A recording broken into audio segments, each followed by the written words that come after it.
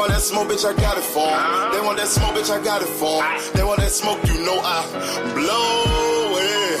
They call me Sunny Monster for a reason. I'm really dripping, leave a nigga bleeding. I get to squeeze and leave a nigga. They want that smoke, bitch, I got it for 'em. They want that smoke, bitch, I got it for 'em. They want that smoke, you know I blow it. They call me Sunny Monster for a reason. I'm really dripping, leave a nigga bleeding. I get to squeeze and leave a nigga bleeding. Raw Molly got me all up in demon mode. Mouth moving like I done put clean in my nose. Tryna catch me up, I can leave with some hoes. He standing straight up, watch I make him lean with this pole. Would've thought he was closed, how that heat made him fold. Thought it was a game, he won't think no more. His brain's gone, nigga. It be exciting when I get to striking. Guns sound like thunder, hit you like lightning. Fight for your life, we don't do no fight. We really hit it, nigga. We worse than savage, they calling us Vikings. Police be riding, we still be sliding. Told you we hitters, remember the time. They want that smoke, bitch, I got it for 'em. They want that smoke, bitch, I got it for 'em. They want that smoke, you know I blow it. They call me Sunny Monster for a reason. I'm really dripping, leave a nigga bleeding. I get to squeeze and leave a nigga bleeding. They want that smoke, bitch, I got it for 'em. They want that smoke, bitch, I got it for 'em. They want that smoke, you know I blow it. They call me Sunny Monster for a reason. I'm really dripping, leave a nigga bleeding. I get to squeeze and leave a nigga bleeding. How about I leave them holding like the Bible? AR-15, that's a high-power rifle. A in the army and assassinate rivals. Break that shit down, nigga. AK or anybody kill. Hop out, get the drilling and spilling. Still 0.62 gon' split 'em. FN, that's for any fuck nigga. You a plug, then I'm pulling up, nigga. You my lunch, eat these bullets for dinner. 5.0, eat 'em up, eat 'em up. SK, smoke killer for show. Drum rounds and cripple ops, Draco. I got them all, you don't want no. They want that smoke, bitch, I got it for 'em. They want that smoke, bitch, I got it for 'em. They want that smoke, you know I blow it. They call me Sunny Monster for a reason. I'm really dripping, leave a nigga bleeding. I get this pussy, leave a nigga bleeding.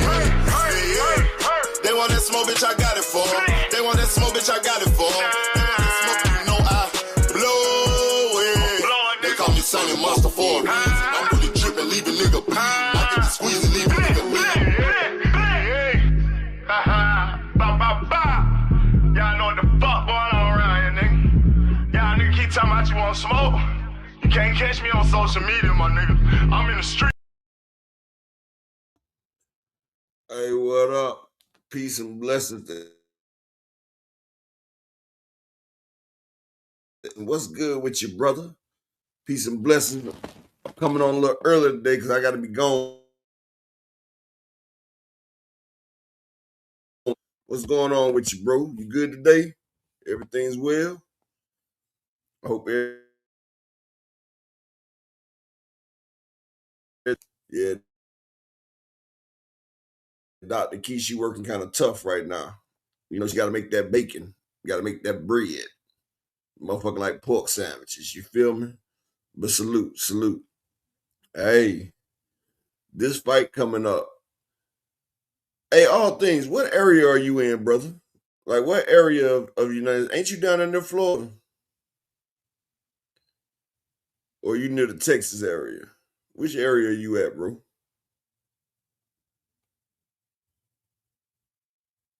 You feel me? Oh, you in the Orange County. You in Orange County. Okay. Orange County. So are you going to the Jake Paul fight, bro? Orlando, that's Orange County. Right out there with Kissimmee and shit. Yeah. You know, I'm from West Palm County.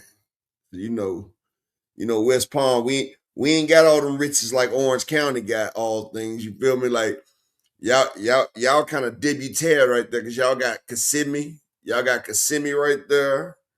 Y'all Orange County, y'all got Kissimmee, y'all got Disney World, all that crap right there. It's expensive where you at, buddy. That's where that big money at. You said no Jake Paul for you. Hey, actually, it's kind of messed up because there's still a lot of tickets. It's still a lot of tickets for that Jake Paul, Anthony Joshua fight. Like, Jake Paul is about to flop. Like, a lot of people got refunds back when they found out that Tank Davis wasn't on that shit. And see, it's funny. Like, this shit right here, humbling as hell for Jake Paul because Jake Paul when he made that fight with Mike Tyson and they broke the motherfucking internet, it started giving Jake Paul an undue sense of self accomplishment. Like Jake Paul, you couldn't tell that man nothing. Like he thought, look, I do this shit, nigga. You don't do. People thought they was gonna see Tyson put it on you, but Tyson followed the script. I should have known Tyson was gonna follow the script when we seen in the intro, nigga had his ass out. Mike Tyson was sitting there with thongs on with his ass out. Come on, bro. But Anthony Joshua, he following the script. Like this fight should not even exactly. That's one thing I can say about Jake Paul. No hate, but Jake Paul probably one of the best female boxing promoters out there. But he need to sit his ass down because or fight somebody like KSI or something. Like you sitting up here trying to challenge old great fighters, like fighters that's done accomplished shit, and people don't realize, but Jake Paul hasn't even accomplished nothing. They even tried to manufacture a belt for Jake Paul, and he couldn't even win it. They tried to make him and Tommy Fury. They tried to make that a special belt fight. Shout out to my brother Lee Jackson in the building. Salute to you, my brother. Like they tried to make the. You feel what I'm saying? And like Jake got boxed up by a nigga that played on reality one of the two. Like this nigga was on islands and shit, and he came back and beat Jake Paul ass. Like, come on, man. And now you mean to tell me this same person deserves to share a ring with Mike Tyson? Mike Tyson couldn't get this man out the room. Now he wants to go with Anthony Joshua? Like, this is what I'm saying. People not understanding. They scripting this shit. Like, if Jake Paul lasts more than 2 rounds with Anthony Joshua, the fight is fixed. It's fake. And they doing it. It's like some WWE shit. And see, I'm kind of pissed off because I'm looking back at all this shit that's coming out about the UFC. And I've done betted on a few UFC fights, like a few UFC pay-per-views. I've done betted on it. And now they got hundreds of people coming out talking about the fix was in. Like, how many times have I got shitted? Like, how many times have my person probably could have won, but the fix was in? Now sports. But I'm kind of happy to see this shit. I'm about to show y'all something.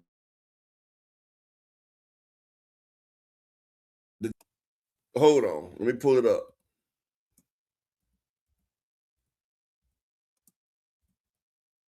All right, let me show y'all something real quick.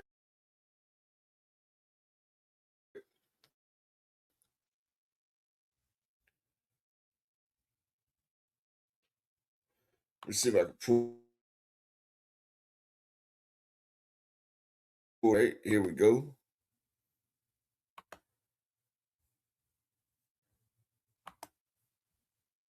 Now the fight is in a few days.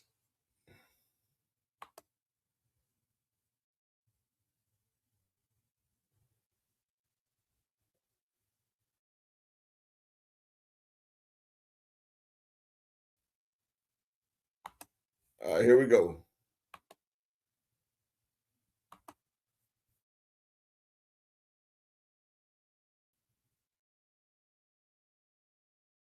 All right.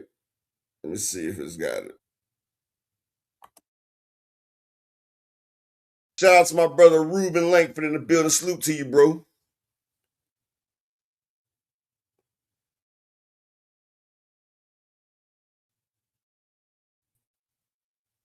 Like, in this section, they got. Let's see how many they got left. 9. Like, shout out to my nigga Brian the King. Yeah, we early today, Brian. Y'all. But check this out. They got 10 tickets, 10, 10, 9, 9. That's still available.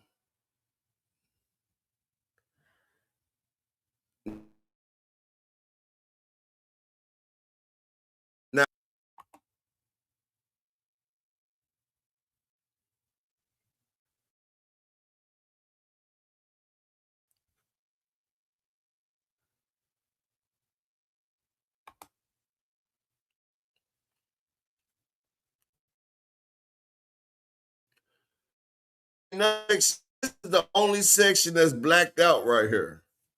The rest of these sections still have tickets.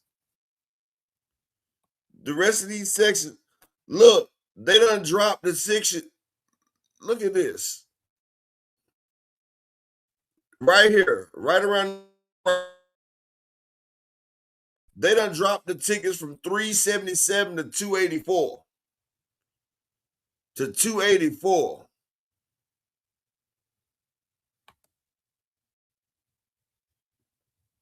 Ringside seats.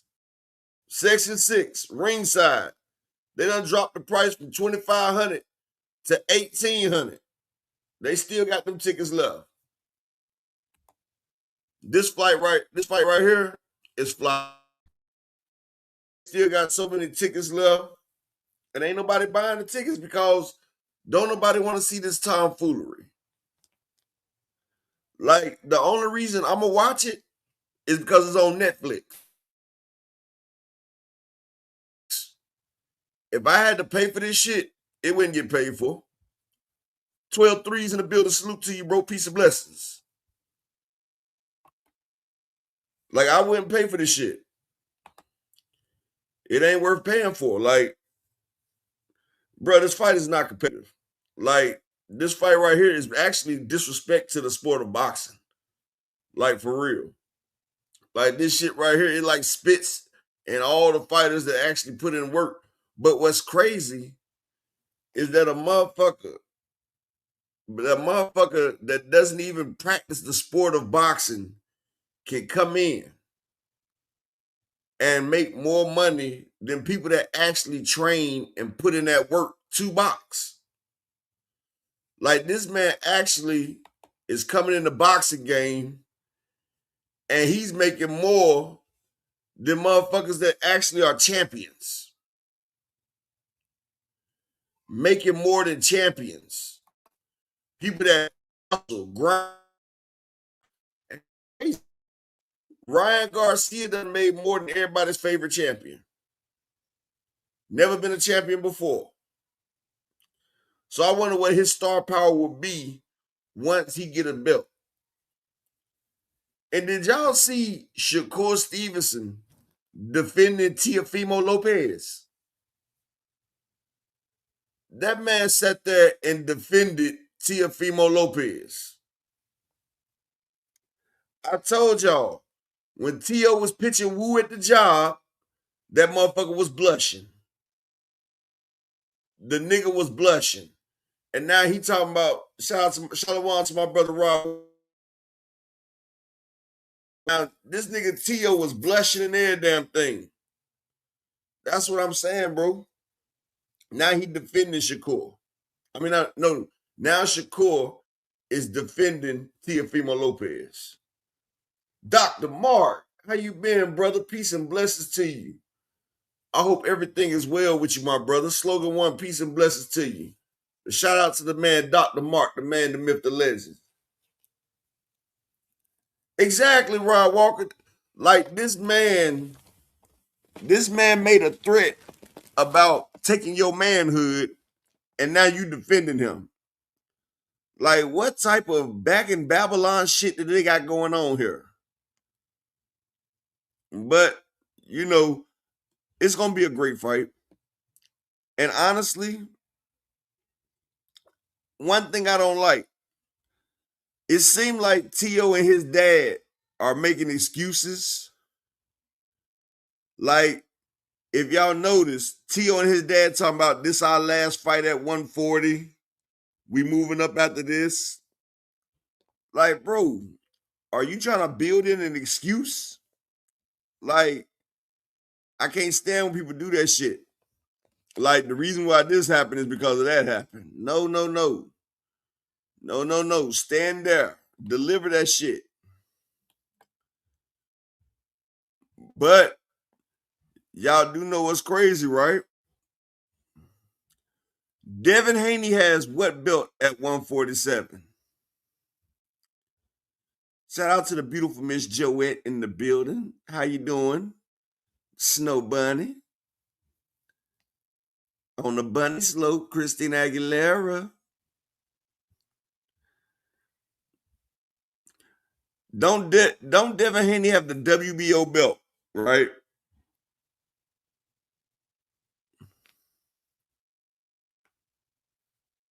I'm just asking y'all a question. Pay attention. This shit look kind of funny, right? But it's all gonna make sense. Devin Haney is the 147 WBO champion, right?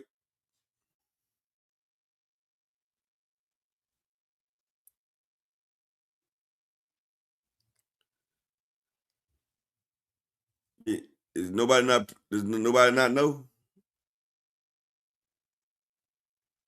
Okay, Rolly is the WBA. Mario Barrios is the WBC. That Louis Betty Crocker is the IBF. That means Devin Haney is the WBO champion. Who has the WBO belt at 140? I'm asking for a friend. Who has the WBO belt at 140?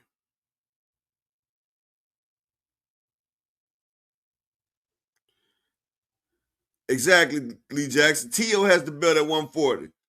So Tio say he moving up after this fight. Do y'all also remember Shakur said he only fighting one fight? Remember Shakur said he gonna get the belt from Tio, then he moving up. He wants to fight at 147. He said Conor Ben, but so the winner of Teofimo and Shakur, both of them talked about moving up, but one of them is going to have the WBO belt. Wouldn't that make them Devin Haney's mandatory if they activate the mandatory to move up? If everybody really wanted that smoke that they talk about, if Shakur Stevenson is who he say he is, if Shakur is that guy and he said he want that Devin smoke, and if Tio is trying to make himself a star, can't the winner of Teofimo and Shakur force Devin Haney into a fight? I mean, I'm just spitballing here, but can't they do that?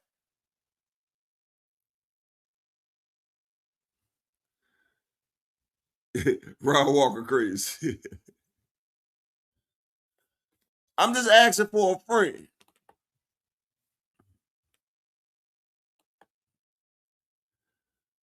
So they can't say Devin Haney ducking them because they have.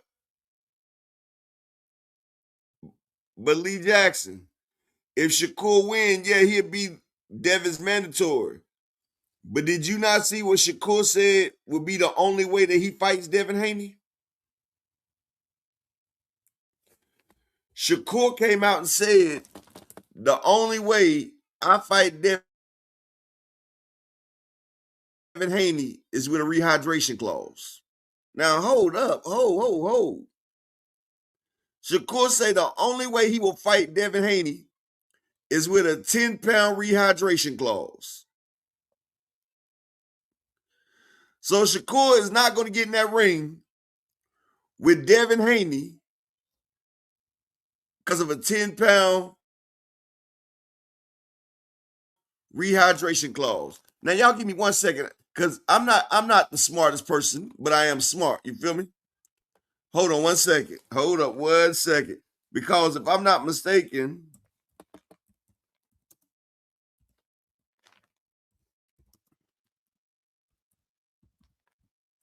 hold on 1 second.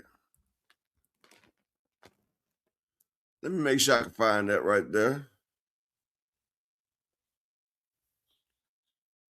because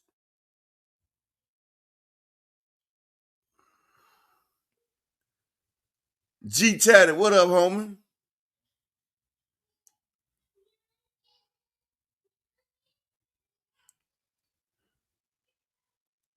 Now,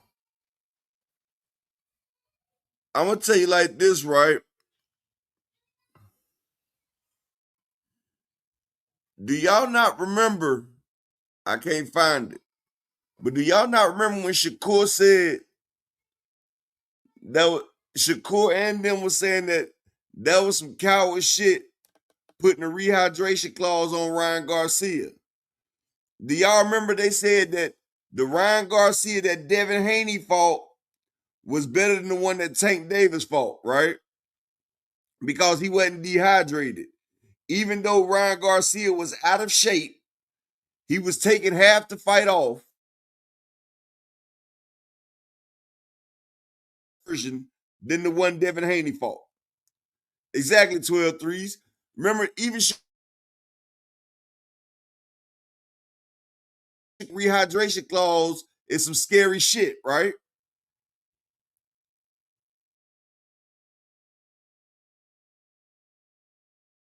So now it's okay for Shakur to put a rehydration clause on Devin.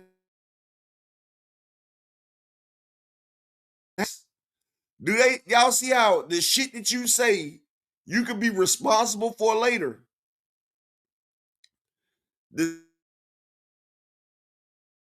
same guy that says putting a rehydration clause on Ryan Garcia was some coward shit is trying to put the rehydration clause on Devin Haney.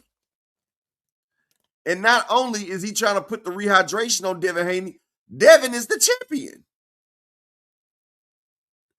He is clearly the A side to Shakur Stevenson. Even if Shakur beats Teofimo, Devin is still the A side. Devin has been on pay-per-view 3 times. 2 of them has been successful. He did about 25,000 with Regis, but he did 330,000 with Ryan Garcia. He did 120,000 with Lomachenko. Shakur Stevenson has been on pay-per-view 0 times. He has done 0 pay-per-view numbers. He has made 0 pay-per-view dollars. And he doesn't even have $1 million gate. So, for him to sit there and try to demand so much money, it doesn't make sense. It's not, it's stereotypical of how that side does it. Like, they want the bucks, the glory, but they don't put in the work to earn that shit. They don't. They don't do none of that right there, but they demand that they do. Demand that they just do. And I'm not talking about just do, but what I'm saying is they demand that they just do. Shit that is not due to them.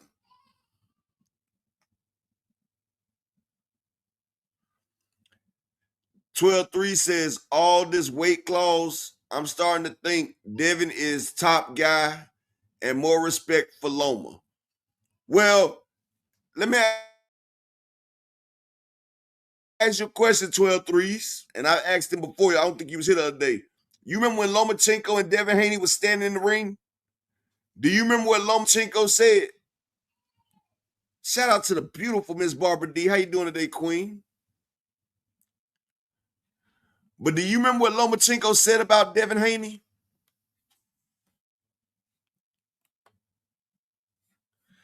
He told Devin Haney, you not no lightweight. You a middleweight. He told Devin Haney he was a middleweight. Devin Haney's a big boy. He was way bigger than Brian Norman. When him and Brian Norman fought, Devin was a lot bigger than the 147 champion. And that's the second time that Devin Haney has moved up to a different division and has been bigger than the champion. Shalom to my brother, Mr. Altruistic in the building. Yeah, I know I'm on a little early today because I got stuff to do later on this afternoon. So, I got to make sure I holler at the fam before I go. You feel me? But that's crazy. But like I said, everybody talk about this and that. And shout out to B-Dog in the building. But like I said, they all said Tank was a coward because he dehydrated Ryan Garcia. But what's funny, Bruce Gas and Jazz, salute to you, bro. Nobody ever says nothing about Canelo Alvarez dehydrating motherfuckers. He dehydrated Bivol. He dehydrated Sergey Kovalev. Nobody said nothing. You feel what I'm saying? Nobody says nothing when Keyshawn Davis is dehydrating motherfuckers in Virginia. Nobody saying nothing. Nobody says nothing when the IBF dehydrates people. A whole sanctioning body does that. But only person I heard, now look, a whole sanctioning body in every weight class. So that's everybody fighting for the IBF in every weight class except for heavyweight only gets a 10-pound rehydration. Nobody commented on that until Tank Davis told Ryan Garcia, you can only rehydrate 10 pounds, like the rehydration limit. Now, another thing people don't understand about the rehydration clauses, you can rehydrate more than 10 pounds. You can only just be 10 pounds rehydrated on the next weigh-in. And see, the next weigh-in is the next morning. And after that, you can still rehydrate as much as you want after that. What they're trying to stop is what happened when Devin and Regis fought. Do y'all remember that Devin and Regis, when they fought, what was Devin Haney's next day weight? Does anybody remember Devin Haney's next day weigh-in? Anybody?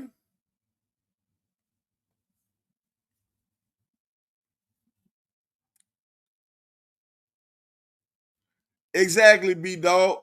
165 pounds.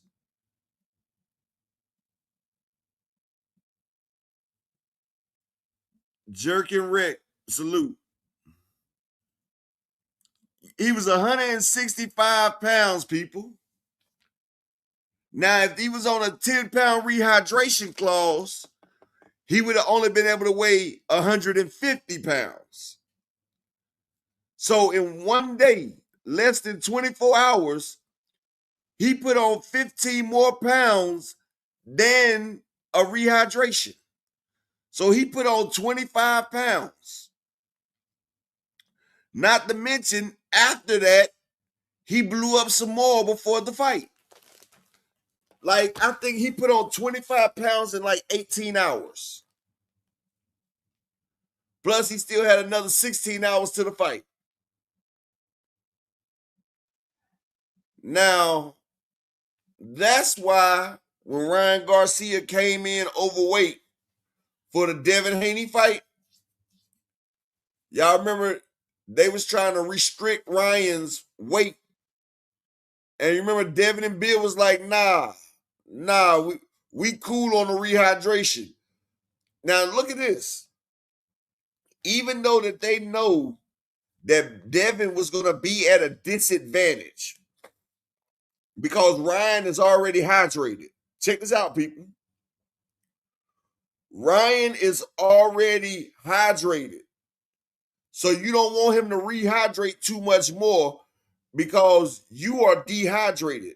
So your muscles is going to have to be able to catch up. And a lot of times it takes 72 hours to fully rehydrate your muscles all the way back up. Now, knowing that, because Ryan didn't have to deplete his muscles, They chose to elect not to put a rehydration clause on Ryan. Exactly, Rod Walker. Because Ryan came in overweight and they was going to put a 10-pound rehydration limit on Ryan Garcia.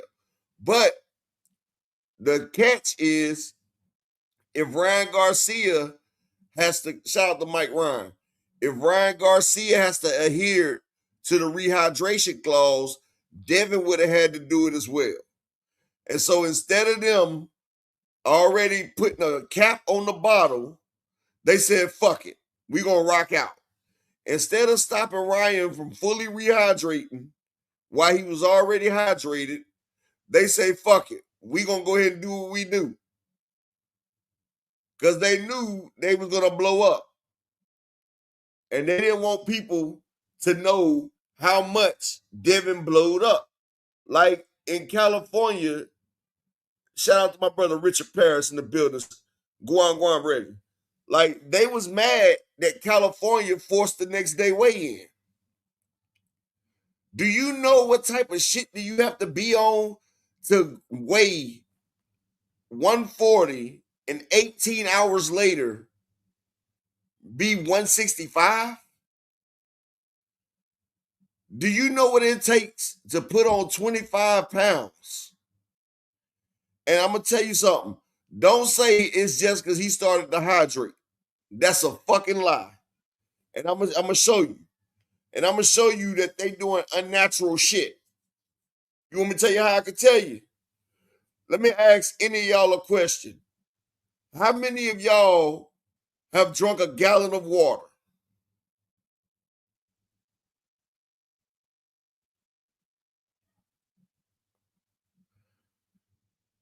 How many of y'all have drunk a gallon of water? 12 threes. One thing about it, that's why Devin ain't get the IBF belt, because he has the WBO. So if he fights for the IBF, it ain't gonna be no weight clause. Exactly, Rod Walker. So when you hydrating, and you know if you drink a lot, exactly, Richard Paris. Exactly, Richard Paris. Because it's no way. Lee Jackson, my man Richard Paris already put it out there. That's the only fucking way, Lee Jackson, because y'all know what happens if you drink a lot. If you drink a lot of Gatorade, all that, you're going to piss it out.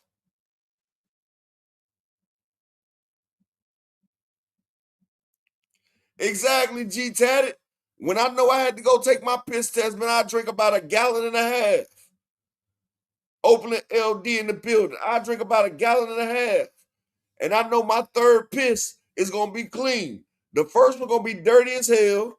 The second one going to be semi-dirty. And the third one going to be clean as fuck. But one thing about it, and people talk about, well, he rehydrating. Bro, I used to box. You can't rehydrate like that. Most people be like, I'm going to put on about 8-9 pounds on the rehydration.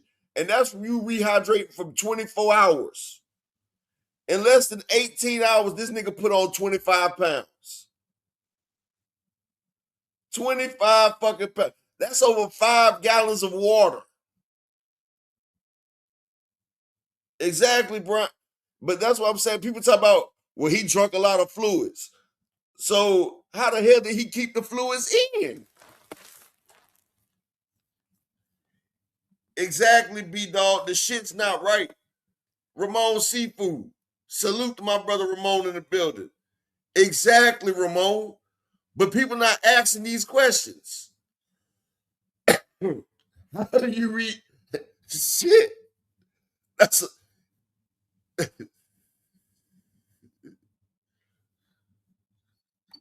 he said that's those kinky people be doing that to do and act like they just on each other drinking it. Yeah.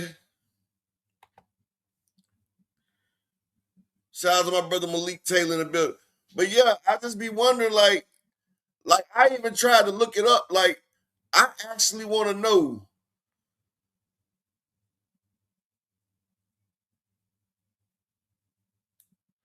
Yeah, and see, that's what I was thinking, Richard Paris.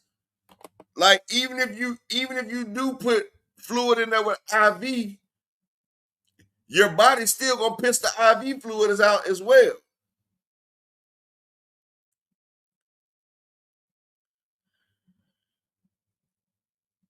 Like, like I'm trying to figure out what do they add to make them retain that shit.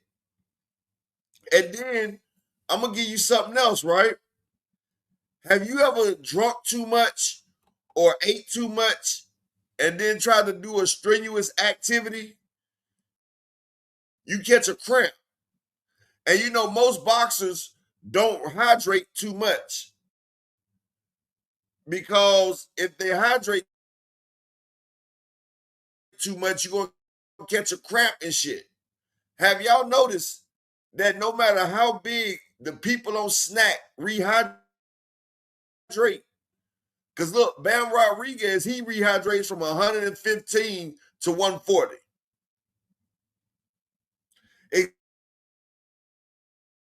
Exactly 12 threes.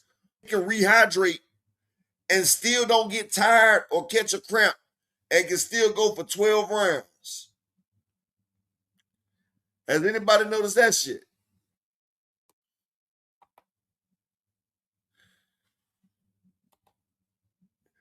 Made me start thinking about that song, Baby, there's a shark in the water.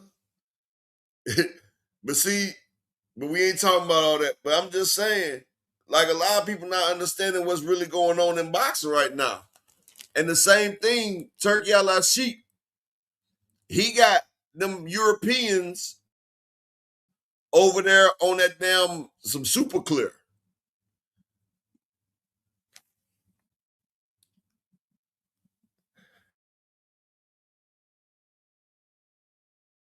You just said a mouthful right there.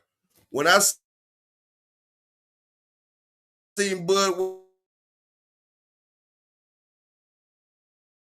Wade at all, Richard Paris, he didn't get tired. And actually, Richard, did you notice? And I'm gonna tell you what, that Bud hit Canelo with some shit. I'll see Canelo face when he got hit. Now, this is the same Canelo that's done Jay Kovalev, the crusher. Like, Canelo has been whacked by all these 168 pounders, 175 pounders, and all this.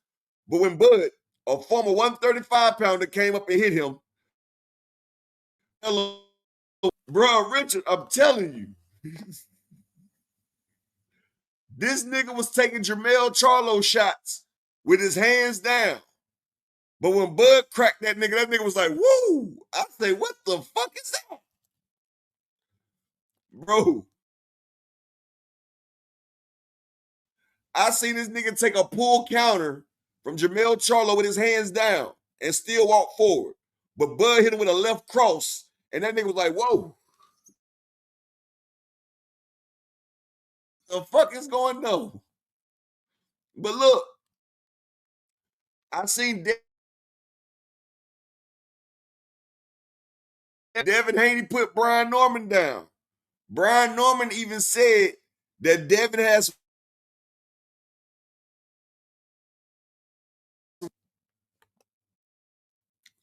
I said, yeah.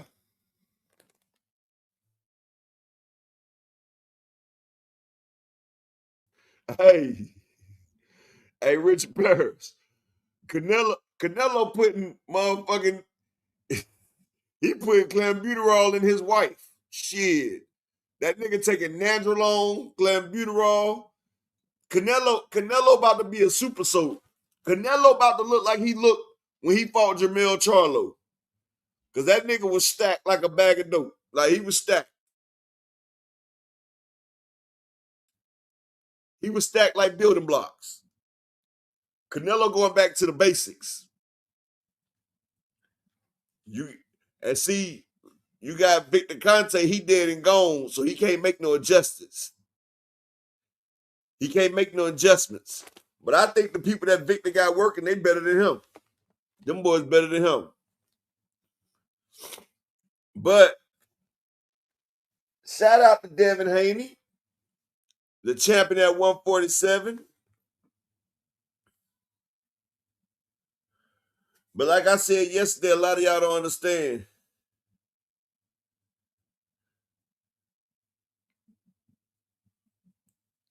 Let me ask y'all a question. We see a lot of debate about who's the face of boxing, right? What does it take? Because I see a lot of Shakur fans, right? They say Shakur Stevenson, if he beats Teofimo, he gonna be the face of boxing, right? I see Devin Haney fans talking about he done beat Brian Norman, he the face of boxing. I hear a lot of people say Terrence Crawford is the face of boxing now. What do y'all think are the major requirements to being the face of boxing? I'm about to break some shit down today. Y'all motherfuckers be like, God damn.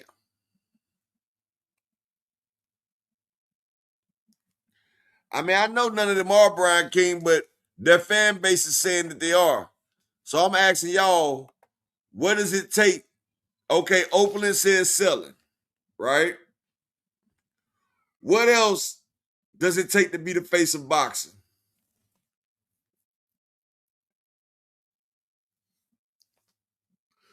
Now, I broke this down yesterday and I said I was going to finish it up today. All right. Let me ask you a question.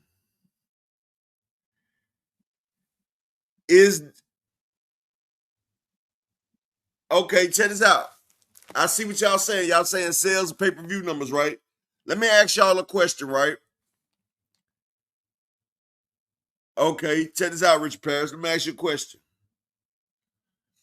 Is there any boxer that, but watch this, I'm about to say this right here, right? Is there any boxer that can go to Baltimore and sell more than Tank Davis? Is there any boxer out there right now that can go to Baltimore and sell more than Tank Davis? Shout out to On the Money Line. Is there any boxer that can go to Maryland and outsell more than Tank Davis?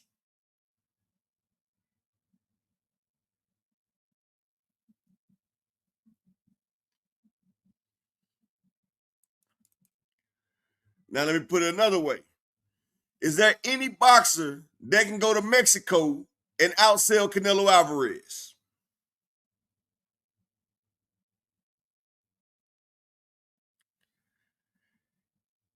Is there any Mexican fighter that can go to Texas and outsell Canelo Alvarez? Is there any black fighter that can go to Dallas, Texas and outsell Earl the True Spence? Let me ask you a question. Any black fighter go to Texas and outsell Earl Spence?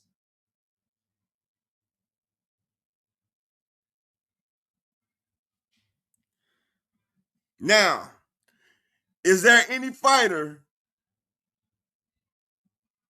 on the money line, Tank ain't outselling, on the money line, Tank is not outselling Earl Spence at no goddamn Texas. I'm sorry, my brother. You might not remember, Earl was the draw before Tank. I'm just keeping it honest. We keeping numbers right here. Now, hold on, Rod. Wait a second. Is there any boxer that can go to New Jersey and outsell Shakur Stevenson?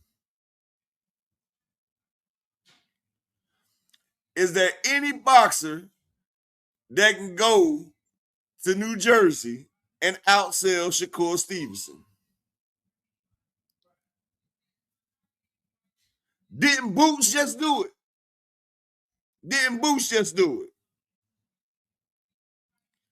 in Atlantic City. Exactly, Lee Jackson. Okay. Desmond said everybody. Mr. Ultimate said, is there any boxer that can go to Henderson? Matter of fact, where the fuck is Devin even from? Has Devin even had a homecoming fight?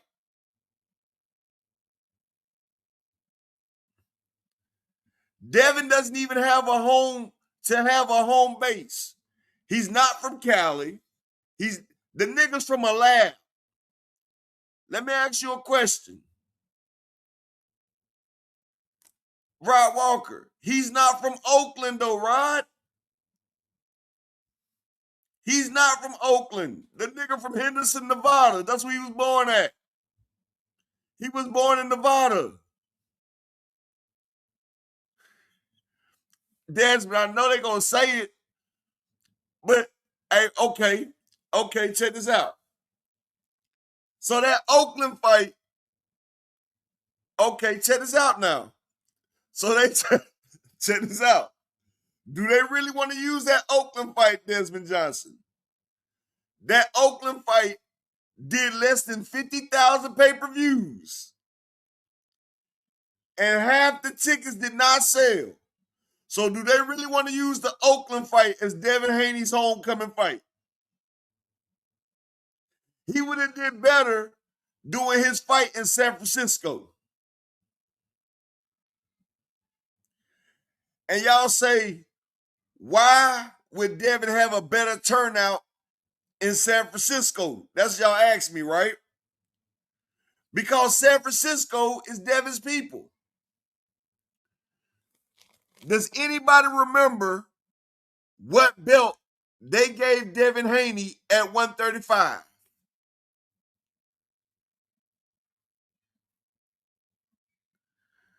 Do y'all remember the special belt that nobody else got besides Devin Haney?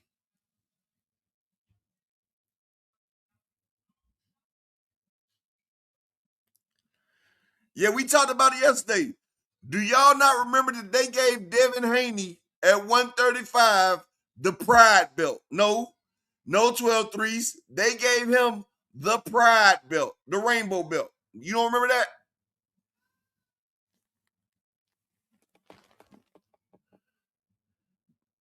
Do y'all know what Pride means?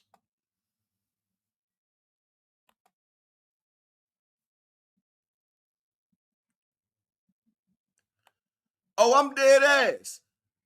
Just so y'all don't think I'm bullshitting. Hold up.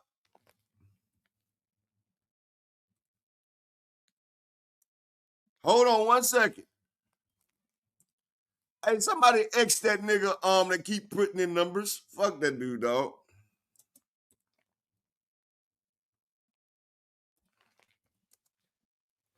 I'm about to pull this up for y'all.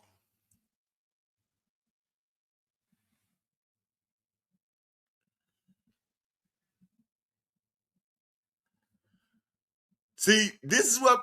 Okay, I'm glad y'all don't remember this shit. But notice, I'm gonna tell you like this: Devin Haney has only been with 2 women in his life: India Love and that woman he had a baby with. Both of them are sex workers. Exactly, Flawless Mentality, and Diddy recommended them. But I don't want y'all to think I'm just hating and saying no bullshit. Check this out. Y'all don't remember because the LDBC and them, they got mad and they motherfucking got everybody's attention away from it. Everything else, get this right here for you and your kids. It comes with 2 controllers, over 20,000 games. Devin Haney's status, and that we should all consider. What up, Fight World? It's your boy Ego. Devin Haney says WBC boxing president Mauricio Suleiman. Bing bong. If my belt is the junior belt and I have the junior one, make me the mandatory for the quote unquote real one. So he want that smoke, he want that action. Shout out to Devin Haney. Now, this is getting ridiculous. I made videos and I will continue to make more videos about this. Mauricio Suleiman basically said that Devin Haney is the Pride champion, whatever that is. And he's saying that's Devin Haney's status, and that we should all consider George Kambosos as the undisputed end all because he beat Teofimo and Teofimo beat Lomachenko. So this is a major slight to Devin Haney. Now, it's funny that the WBC must be getting a lot of flack for this because they actually came out with this post and it says, "I am so proud of our WBC lightweight champion, Devin Haney, exemplary journey." But that right there, you can go look it up. You can go look it up, but they gave Devin the Pride Championship belt before he became undisputed, right? So he was the Pride champion. Look at altruistic. I can't believe y'all forgot about that shit. I can't believe that y'all forgot that Devin Haney was the Pride champion. Are y'all serious? Y'all forgot that shit, Richard Paris.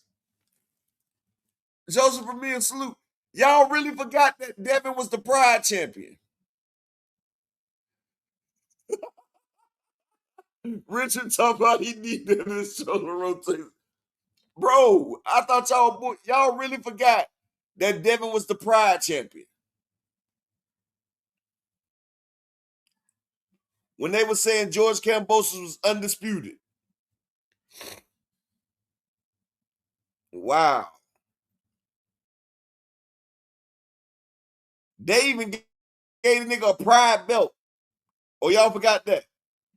Just like they tried to make a Juneteenth belt. This the same year they made the Juneteenth belt. They was giving out all types of belts that year.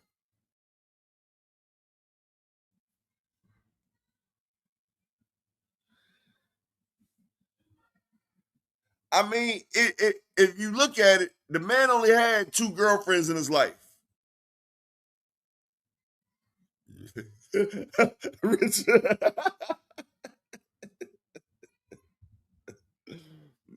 But yeah, see, we segued into the Pride channel, but that's why I said Devin's homecoming should have been in San Francisco, not Oakland.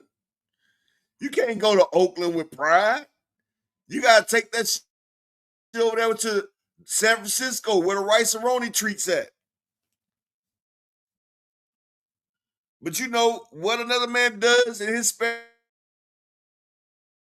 time? If he wants to get diddied, if he wants to do what he want to do, that's not on me. I don't judge people for what they do. If people want to be the champion, you know, Drake say that motherfucking what's your boy name that sing Wicked Game? He sing that songs where guys got a little more pride as well, but shit, it's all good.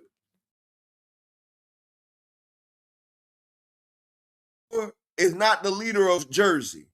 Jerome Ennis sells out more in boxing. Jerome Boots Ennis is the face of Philadelphia. I'm going to go on Nebraska, but I don't think he sell more than corn. Terrence Crawford doesn't sell more than corn from Nebraska. I'm just being honest. But what I'm trying to say is, they trying to make Shakur, Thomas Hill, salute my brother. They trying to tell Shakur is the face. They said Devin's going to be the face. But what I'm saying is, these people don't even have home bases. Like, I don't think nobody outsells Tank Davis on the whole East Coast. Shalom to my brother Thomas. I don't think nobody outsells Canelo on the whole Southeast.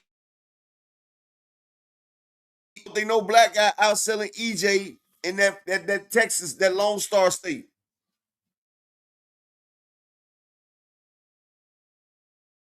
That anybody can go to Japan and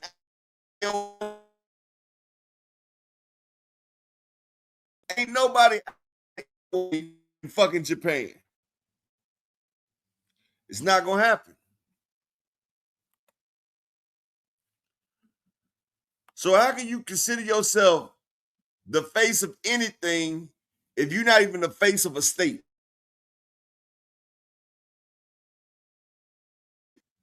So that already throws people out the running. You don't even control your whole state. So how can you call yourself the face of boxing?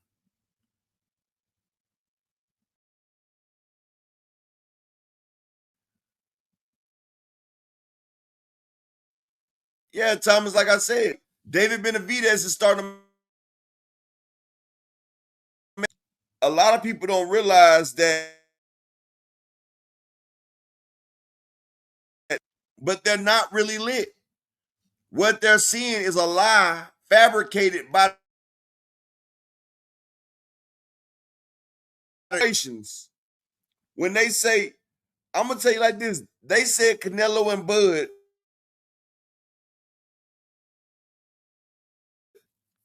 I talked to a few people that was there. They said the shit wasn't even filled up. But the shit has not been filled up. So how did you make that type of gate and all the seats wasn't gone? Have y'all noticed that when Turkey put on events, they put green screens so you can't see how many people are not there? What they're doing is the same thing that they do in the music industry, where they have bots and all types of shit to boost the numbers, to boost the ratings. Like they said, it's that monopoly money. They making people think that people are really lit more than they is, and the fighters are not getting paid that type of money. But what they're trying to do, they're trying to push the value of the fighter getting that type of money. But he got next time they can ask for that type of money. People, have you ever heard of the saying that money makes money? You got to look like money to make money. Do y'all know that? Has anybody ever heard that? Have y'all heard the saying, you got to look like money to make that money?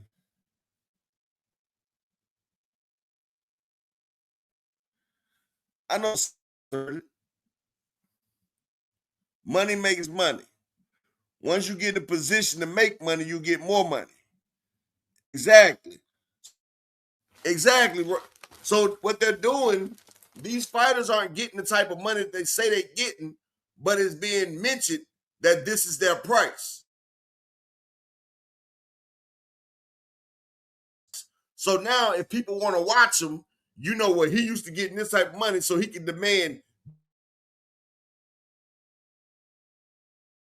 dues. Like Ciroc wasn't always $50 for a fifth. Like I said, I used to get a fifth of Ciroc for under $20 back in 2008. But they set the price. P. Diddy and them started dancing with it, started showing the Ciroc, and they was able to inflate the price. They start making a demand for it. And that's what they do. That's called pushing the economy. If you make a demand for this way, and that's what they was doing. They set the value.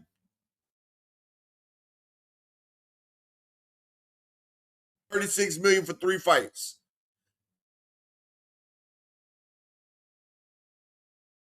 Devin Haney career. Just like they said that Devin and Ryan was making $30 million apiece for fighting each other. Exactly, Dr. Mark. They taught us that back in creative marketing. You push the value and you push the price. And it's also called pushing the marketplace.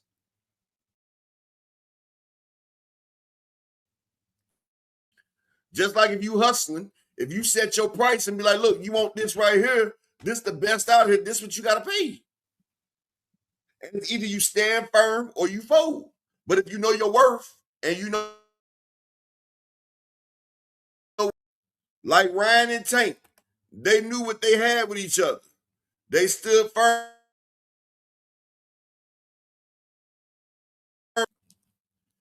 That's what I said, Rod Walker. Devin Haney hasn't made $36 million his entire career combined.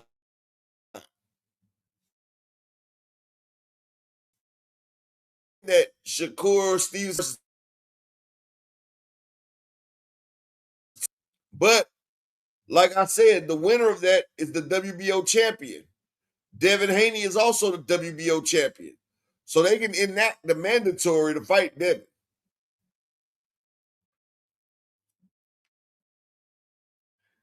But Rod Walker, you know, they say they lie. They stick with they lie. You feel me? A lie don't care who tell it. A funky pair of lips will say anything, really. A funky pair of lips will say any fucking thing.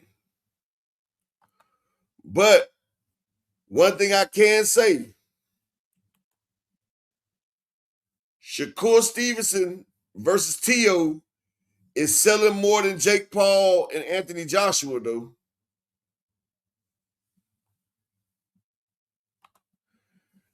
And see, it's still a lot of, hey, Oakland, I hope you ain't buy your ticket yet. You should wait till the day of the fight to buy your ticket because they done cut the prices a lot for the Jake Paul fight. Ringside seats got cut from $2,500 to $1,800. I think Jake Paul's 15 minutes of fame is about to go. Hell yeah, Oakland.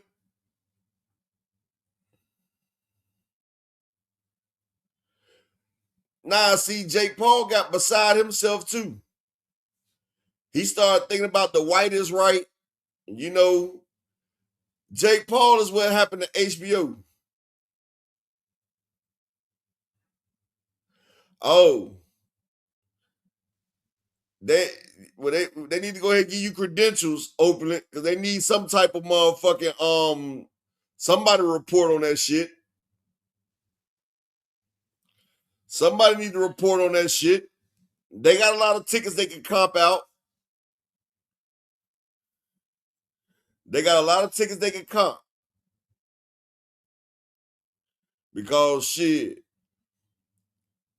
Jake Paul, the best thing Jake Paul has done for the sport of boxing is what he's doing for female boxing. I salute him for that.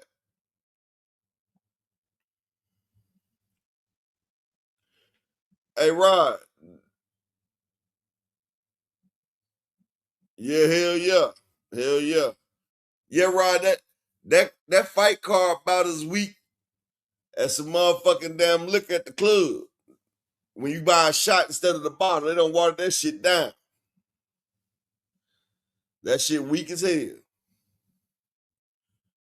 But it's all good. They trying. See, he thought with the Mike Tyson. See, he thought with the Mike Tyson, he thought he was doing something. He was like, yeah, we broke the internet with Mike Tyson. And then, you know, him and Tank Davis, he started talking them antics. He started seeing the money that was offered with him versus Tank Davis. So he started thinking that was his beef. He thought his name held weight. Now he see that his name ain't shit for real, for real. Like, nigga, you got beat up by Tommy Fury. Like, this is what I don't get. What makes Jake Paul a fucking star? Who the fuck have you fought, Jake? You fought a nigga from Big Brother and got beat.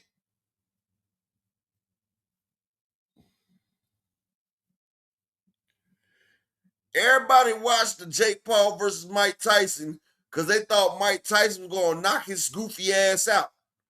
And then when they realized that the fight was fixed, see, they thought Jake Paul was actually going to have a real fight with Mike Tyson. But when they seen that the fight was fixed, now people, yeah, exactly, Oakland. Everybody was like, well, maybe Mike gonna fight him for real. But when motherfuckers sat there and said, this shit fixed like hell, then all the allure, all the fanfare, and all the star power of a Jake Paul went out the fucking window. Didn't nobody want that shit no more. Everybody like, yeah, nah. This is a new version of WWE. We cool. They said, nah, we cool. Yeah, exactly, Rod Walker. They had Mike Tyson doing a humiliation ritual. This nigga got his ass out on national. And look, the fucked up shit about it, they showed it. They ain't trying to blur his shit out or nothing. They just showed the whole ass. And I was kind of pissed off because my kids was watching this shit too. My son and my daughter right here watching. Next thing you know, they got old man's ass in their face. Like, really? And you know they knew people was going to be watching this with their families. They stay exposing our kids to hypersexual situations. That shit be crazy as hell, dog. It be crazy how hypersexual they try to do everything. Like when I was young, the only time you could see nasty shit on TV was late night. It was late night. Now, every show, they showing sexual scenes.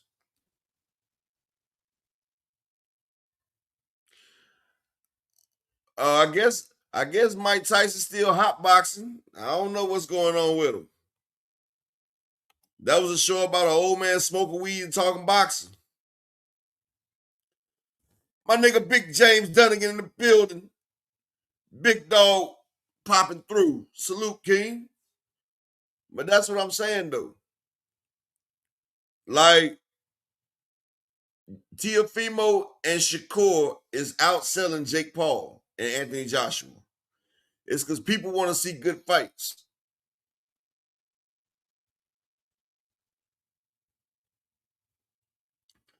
Well, Ramon Seafood, if that's the case, then why do they not help the Pride champion? Devin Haney is the only champion to ever receive the WBC Pride belt. He's the only champion in history to fight for the Pride belt.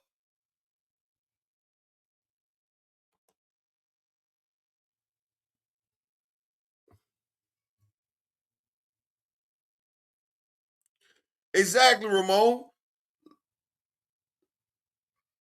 Exactly. But now, hell, it's little kid shows and shit. I be like, what the fuck is this they got on there? Like, bro, everything is hypersexual. Like every show. And the fucked up shit about it, it's like shows that I can't even watch because, like, I'm watching Power. It's like every show I'm watching, they throw a Pride champion in that motherfucker. Like when I'm watching Ghost, the Tejada family.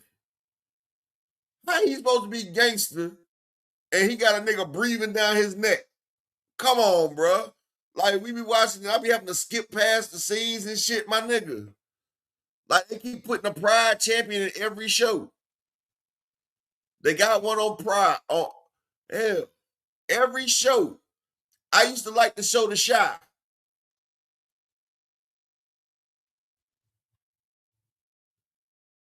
Like that show The Shy. How the nigga Triggs supposed to be a gangster? And this nigga talking about you better not be talking about my girl. Nigga, that's a nigga. That's a whole live nigga. You talking about your girl. Bro. Hey, Rod, the shot got so real, I had to talk to Dr. Key. I say, Dr. Key, are y'all like Atlanta on 4 You know what you mean? I say, because I watched this show, and every time I look up, it's a nigga doing some motherfucking Pride champion type shit. Like, they always doing some shit. Bro, Rod, the niggas, but hey, but let me ask y'all if y'all notice something.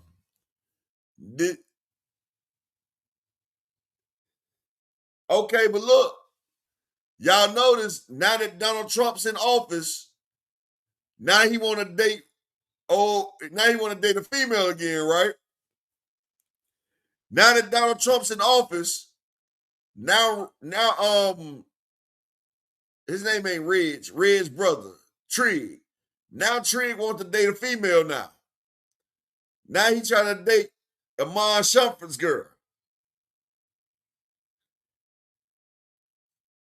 Y'all see what's going on right now?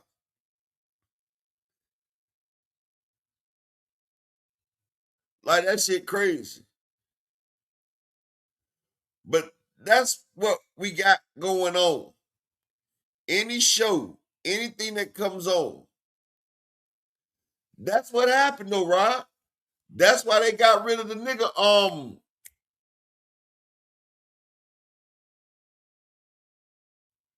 Rod Walker. They did a whole thing, but the fan base did a thing to make Reg come back. But that's the reason why Reg got kicked off the show. That's why they act like they killed them off. You know, and I know it's wrong, but ain't nothing like watching two.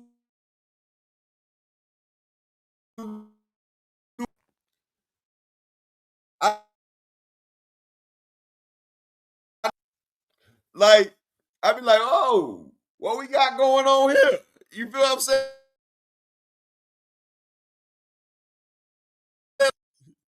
You know, and then next thing you know, they hit you with the goddamn sword fight. You be like, oh, hell no, man. Then my wife sitting there laughing. She talking about, oh, it was okay with the two females. Then I said, yeah, it sure was. It switched. They done passed out the straight drop. Now they giving out the water whip. Come on, people, let's hide it. It's broke people around. Like, yeah, they do the bait and switch to us.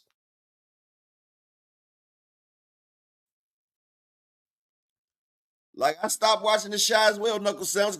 That shit got too much, bro. Like, every other scene, I'm like, God damn. But hell, like Ghost, I missed a lot of it because every time it's this show, Beauty in Black. The show was good at first, and then they got pride champions in the superheroes now. They got super villains called the Diddler. He looked like the Riddler, but he got a dildo on and he got a damn a suit on with the dildos on it. Hey, Beezy, salute my brother, peace and blessing. See, I'm just cooling it, bro. I'm just cooling it. You got motherfucking strap on girl. You got power bottom. Like, it's all types of they making all types of LGBT friendly superheroes. And then you know the fucked up shit about it. They doing it. My bad, I moved around. But they doing it to the stars. Check this out. Now, I'm gonna do it like this, right? Exactly, Dr. Mark. Exactly.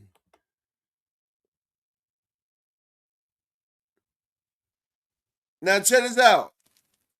LeBron James, that nigga 6'11, 6'8, 6'9, something like that. A big bastard of a nigga, you feel me? Why the fuck is he wearing a miniskirt? Russell Westbrook, miniskirts. Why are they putting these NBA players in miniskirts? Why is Tank Davis carrying a Gucci pocketbook with painted nails? Have y'all not noticed that? I'm gonna have to check that show out.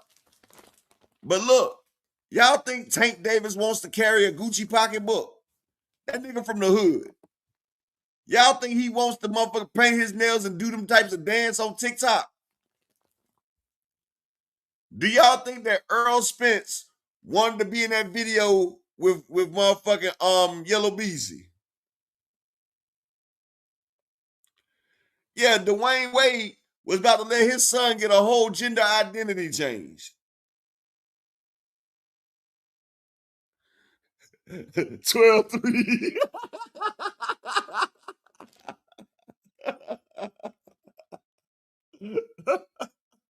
12-3 say.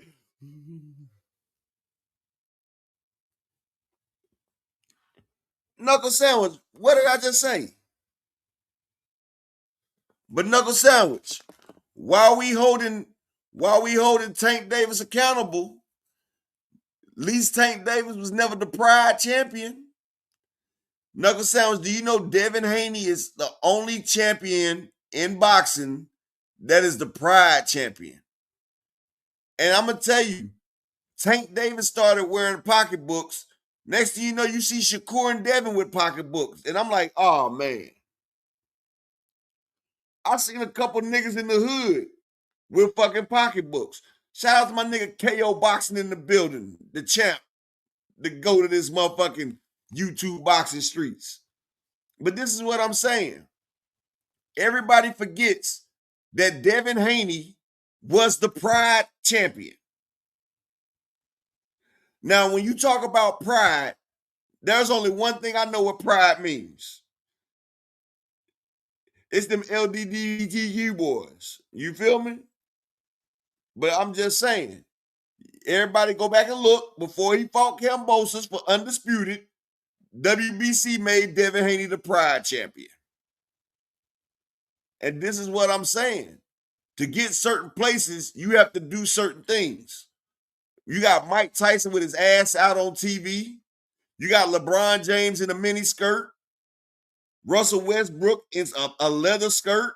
Floyd Mayweather in some motherfucking Mary J. Blige heels. Come on, man. Y'all act like y'all don't understand.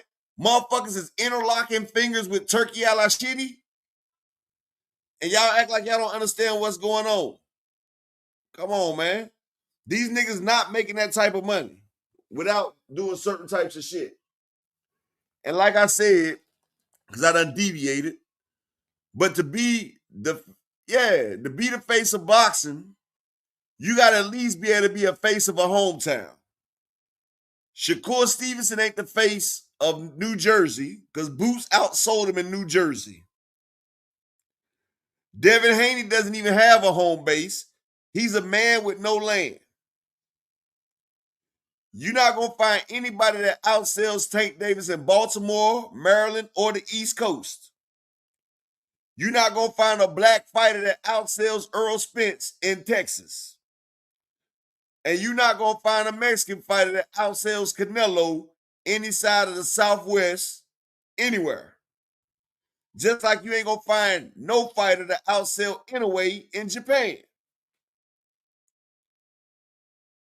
Now, Shakur and Devin is not in that conversation. Now, like I said, this could be a great step up because this is a good fight. I'm not taking it away. But if y'all want to be honest about the situation, O'Shaquie Foster has a better resume than Shakur Stevenson. And I know a lot of fans going to get mad at me for saying that. A lot of Shakur fans going to get mad. Who on Shakur Stevenson's resume is more accomplished than Cool Boy Step? Cool Boy Step, a former Unified champion and 2-division champion. Shakur ain't got nobody like that on his resume. Nobody. Teofimo would be the only person on Shakur's resume like that.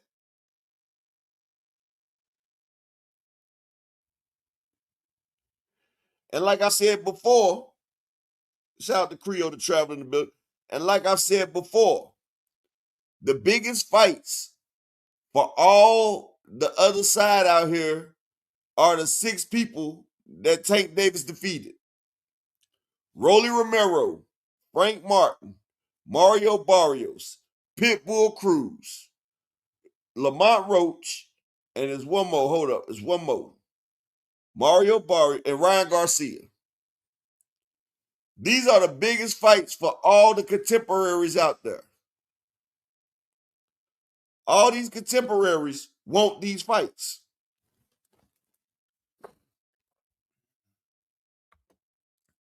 But it's only one person that doesn't want these fights. It's one person that's actively trying to block these fights, and that's Bill and Devin Haney. Bill and Devin Haney are still trying to actively stop Ryan Garcia from fighting Mario Barrios.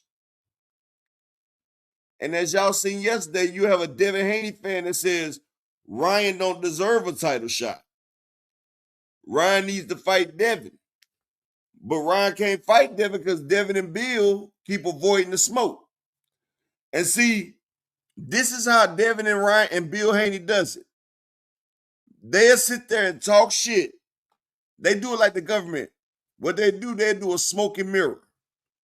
See, right now they hollering Tank Davis's name and they talking about Ryan and Vada, right?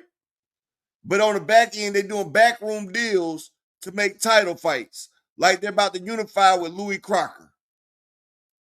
So while everybody talking about Devin calling out Tank or Ryan Garcia not with Vada no more, they done secured a unification fight with Louis Crocker. And like I told y'all, there is no other champion at 140. Exactly, Brian. There is no champion at 147, in my opinion, that can beat Devin Haney. He will smoke Barrios. He will outbox Rolly.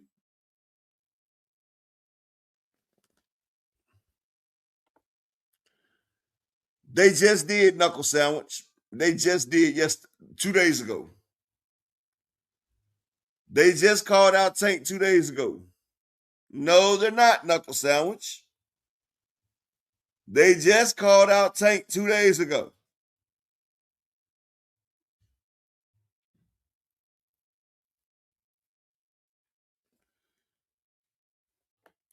But what I'm saying is, hey, Zulu, the reason why I don't give Rolly a shot is because Devin would outbox Rolly.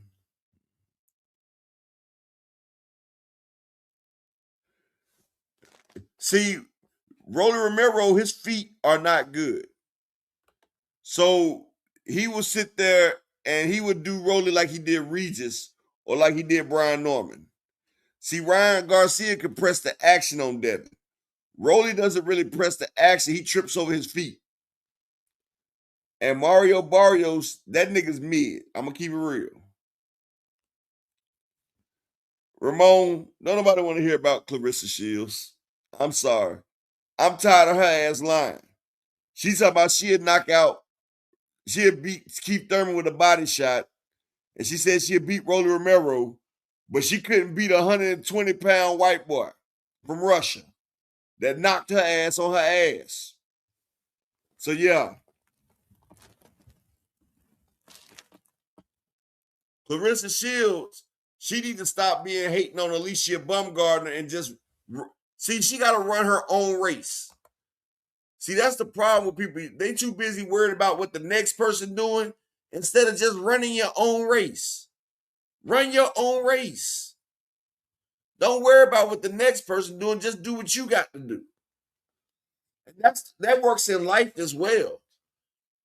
Instead of worry about what the next person is doing, what the next person got going on, just worry about yourself. Just worry about the things you're doing and how you can make what you're doing better. Like, that's the thing.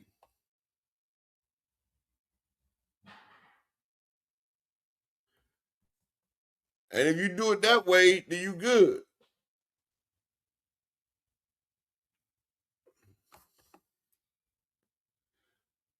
Exactly, Creo. And that's the fucked up shit about it. Like, you block your blessings when you compare Envy is a thief of joy. And I'm about to explain this shit, right? First off, can I get 5 people to support the grind for the day? We've been on for an hour and a half. I'm giving y'all some jewels today. Can I get 5 people to support your boy? You know, you get the Cash App, PayPal, it don't matter. Can I get 5 people to support the grind for the day? But check this out. Do y'all know that 99.1% of all boxers never receive $1 million for a fight? So only 0.9% of all boxers ever receive more than $1 million for a fight. So Devin Haney, Shakur Stevenson, these guys are in the top 1 percentile. They're making more money than 99% of all boxers. These guys are making more money than Holyfield and them used to make per fight. And they're still complaining. They still want more. They haven't even put in the work. Everybody wants to be Money Mayweather, but nobody wants to be Pretty Boy Floyd. Yeah.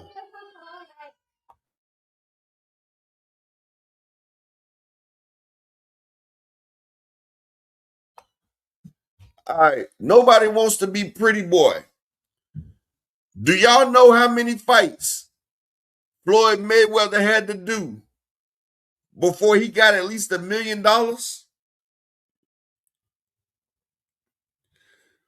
Do y'all know how many champions Floyd had to get in the ring with and box with before he got that paycheck?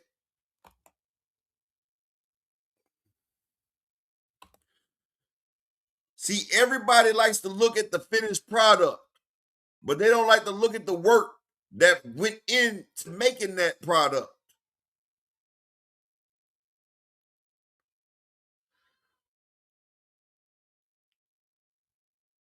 Yeah, he did, Zulu. It took Floyd almost 40 fights. Wasn't Oscar De La Hoya like his 39th or 40th fight? That was Floyd's first real payday.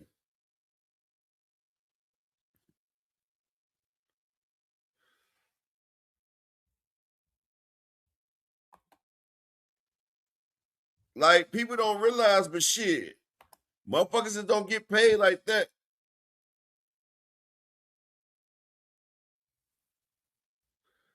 And shout out to my brother 12 Threes in the Cash App. I think that's 12 Threes with the $5 holler for supporting the grind. Appreciate you, my brother. Thank you for supporting the grind.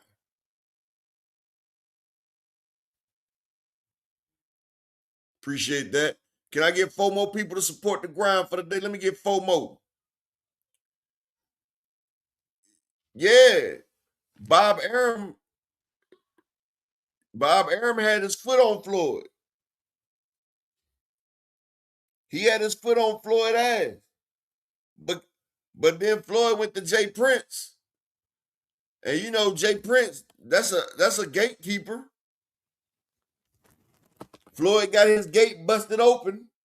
And next thing you know, Floyd's a star.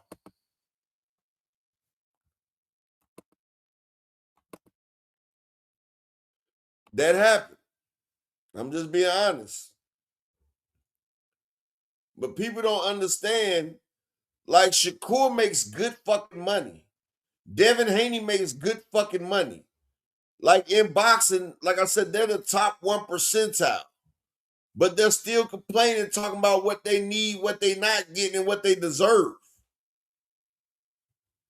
And that's the shit that gets me, because we're missing out on great fights because people scared to take an L and people talking about not getting the type of money they're supposed to get. But other fighters like motherfucking Floyd Mayweather, Earl Spence, fighters that became the face. See, it's another thing that becomes the face of boxing. Canelo did it too. Fighters take less money Fighters will take less money for a tough fight and bet on themselves. Floyd did it with Oscar De La Hoya. Earl did it with motherfucking Kell Brooks. Hell, Tank Davis did it with Santa Cruz. He took less money with the Santa Cruz fight. Canelo did it with Floyd Mayweather. Floyd got like 100 and some million. Canelo got like 5 million. Don't you know, to become great, to become the star, you have to sacrifice. And sometimes you sacrifice the paycheck. Hell, Devin Haney was on par to become a superstar with no homeland. He took the pay cut for Kambosos. His next fight, he did 120,000 with Lomachenko. He did 100.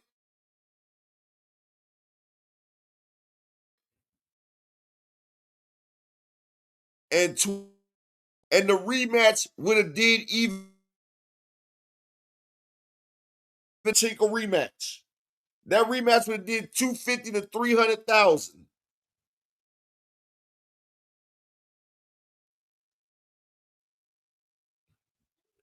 Exactly, 12 threes. It has to be some form of sacrifice. But check this out. Like I said, check this out. He did 120,000 with Loma. The rematch we did 250 or 300,000. Then he had a chance to fight Tank Davis as well. He turned it down to fight Regis Prograis. When he fought Regis Prograis, the shit, shout out to my brother Desmond Johnson in the Cash App with the $5 holler, supporting the grind. I just need 3 more people to support the grind for the day if y'all can. Give me 3 people to support the grind for today.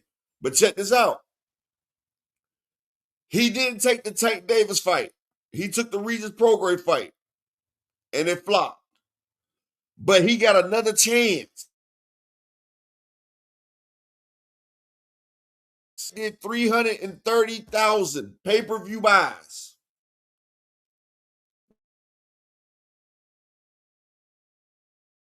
That's pay-per-views combined, not including Earl and Canelo.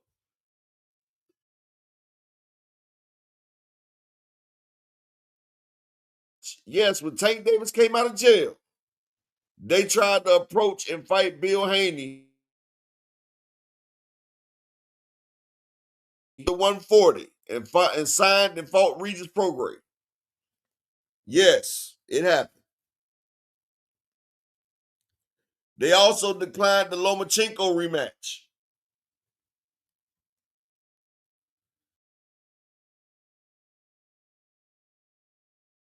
30, Shakur was making headway.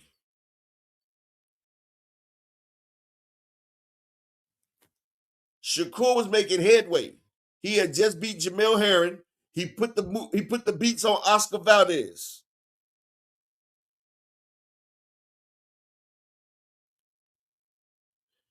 And then shit right there, Shakur comes to 135 and he doesn't fight nobody. Not fighting nobody. Then he had a fight with De Los Santos. He didn't rerun that back. And like, Shakur has a trash ass resume at 135, people. His ass.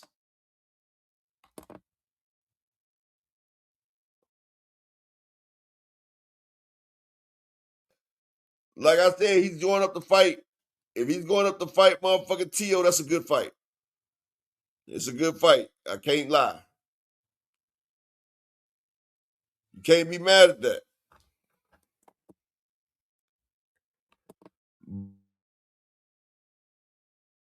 But one thing about it, that's just the beginning.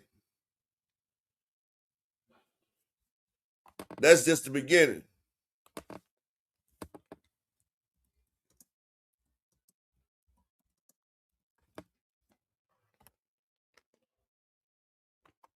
And like I say, that's a good fight. And like I said, the winner of the Shakur and Tio fight can also force Devin Haney into a mandatory fight because they will be the WBO champion. And the WBO can force the mandatory for the next WBO. But I'm pretty sure that won't happen. Now, when I talk about sacrifices, Shakur Stevenson had a chance to be undisputed.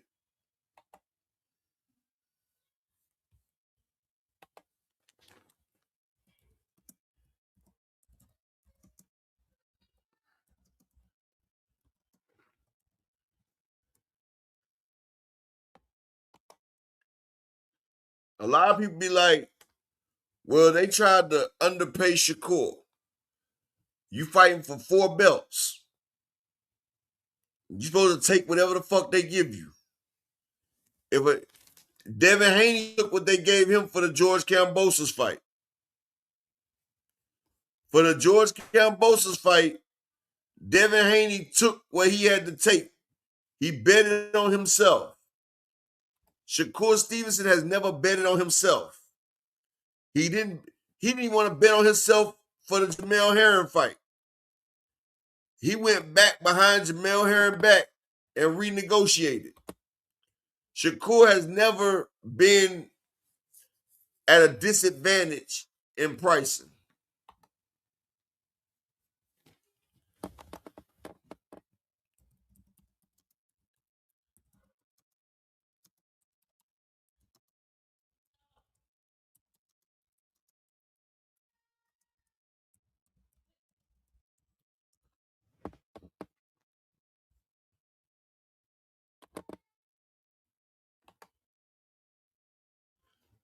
Have y'all name one fight where Shakur got paid like the B-side?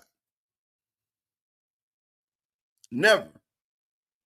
And that's another part of being the face of boxing is you have to at least get paid like the B-side sometimes. You got to sacrifice the bigger bank. Even Jerome Boots Ennis, he's becoming a face of boxing. I think within the next year or two, Jerome Boots Ennis is going to be that nigga. He's already outsold Bud Crawford with the same person. Bud did under a $500,000 gate in his own hometown. Jerome Boots did 1.3 million with the by Bud. So obviously Jerron is becoming a star. And Jerron Boots in the steady owners, but to get the win, Boots gave him more money. Then was going to give Brian Norman more money, but Brian Norman, his dad got too greedy, but they got their $3 million that they wanted because they got it when they fought Devin. So they sold their O basically. That's what they was trying to do in the first place. So they sold it.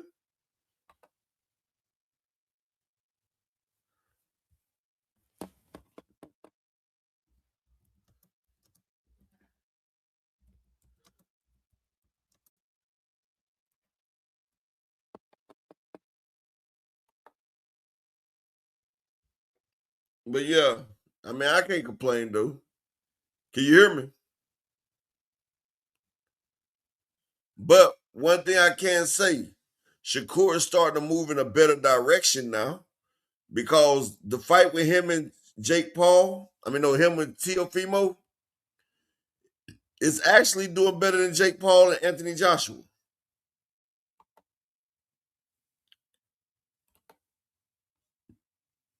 Miss Joanne, you going to Shakur versus Tio Joette?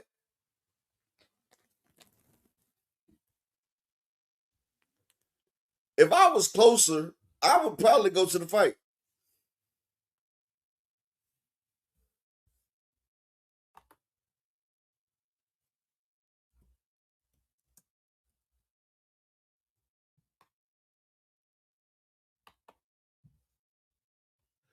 Why you say never? Like, I'm gonna tell you like this: some of them ticket prices gonna be cut low. It's gonna be cut low because, like, it's still a good fight. But I'm gonna tell you like this: it's good fights, and it's people that put good fights on at the wrong time. Like Kell Brook and Amir Khan was a good fight, but they put that fight on at the wrong time. Just like Teofimo and Shakur, if this fight was 2 years ago, like that would be a great ass fight. But it's like people sit there and let the dawn fall over the fight. And a lot of times we don't even get the fights that we want. Like the fights that we be clamoring for.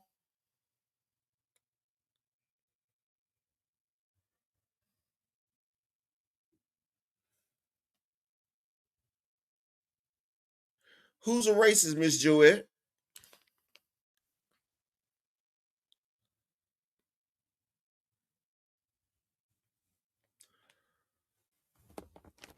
Miss Joette, who do you consider a racist, boo? How could T.O. be a racist when he likes black dick, Miss Joette? You know when we was kids, you remember how girls and guys would pick on each other because they really liked them? T.O. be saying that shit because he really likes black men. He said which one of y'all want to get the banana. See, he trying to play pride champion games. That's what he doing. He playing pride games. You know, they calling out. That's when they calling out and shit. You feel what I'm saying? Hell, Shakur Stevenson, we gonna talk about racist. Shakur racist. He called Turkey a towel head. Bernard Hopkins said, I can't get beat by a white boy. I don't think it's race. Like,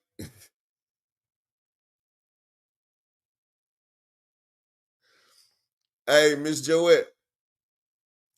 Now, I ain't even gonna lie. Now, I might get canceled for saying this. But I've done took down a few snow bunnies, Miss Joette. And a couple of them, I had them say some really freaky shit before. You feel me?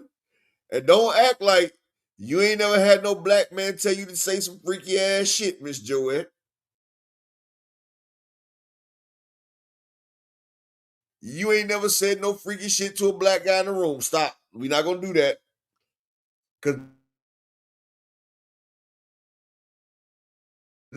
Cause hear the motherfucker say that shit. Hey, we not even gonna act like that now.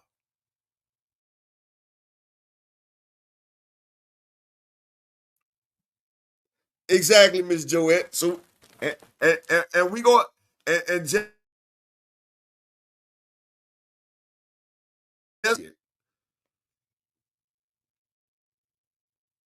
well, you ain't never had that racist push you the right way. You gonna say what that man tell you to say. I'm just telling you. I'm just saying. I'm gonna leave it at that. I'm gonna leave it at that. But you know, T.O. just be flirting.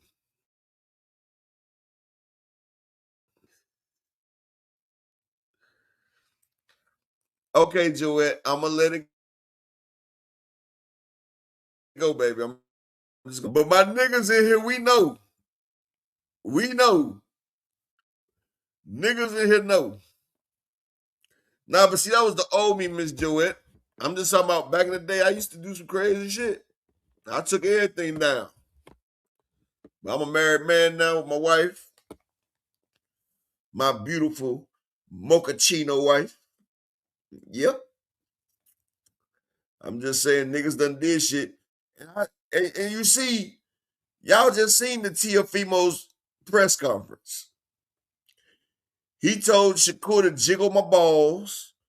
He told Shakur he was gonna bend them over and fuck him. And Shakur just sat there and laughed about the shit. He laughed about the whole shit. And now I'm gonna tell you like this: niggas say some shit to me like that, we might not even get a fight because I'm coming across that thing and I'm gonna bust your ass right now. But not only Did Shakur laugh and giggle behind this shit?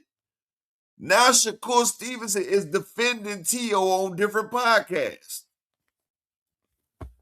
He's defending the man. Shakur got an S on his chest, and I ain't talking about the Shakur part. Nigga, that nigga is 4S. Super saving Shakur Stevenson. Got a big ass S, and I ain't talking about Superman, dog. Hey, you like that, don't you, Zulu? 4S. Super saving Shakur Stevenson.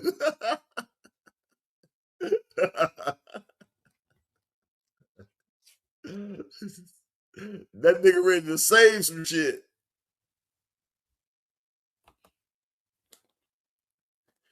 That nigga ready. Got you here, lady. I will save the day.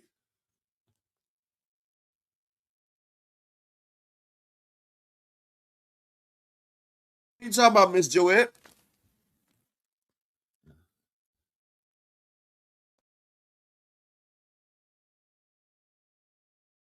I mean, Miss Deezy, how you doing today, Queen? Hey, whoever told you that is a lie, Deezy. No, Miss Joette, the S stands for Super Saving Shakur Stevenson.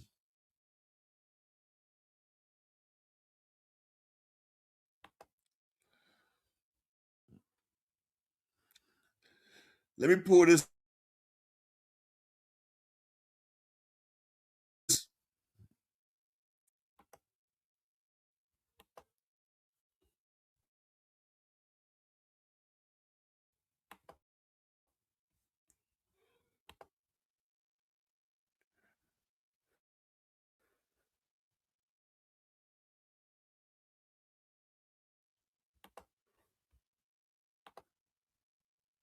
Here we go right here.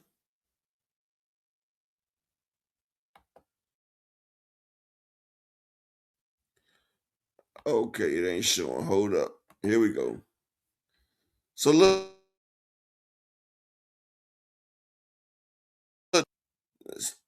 all these tickets left. Matter of fact, some tickets.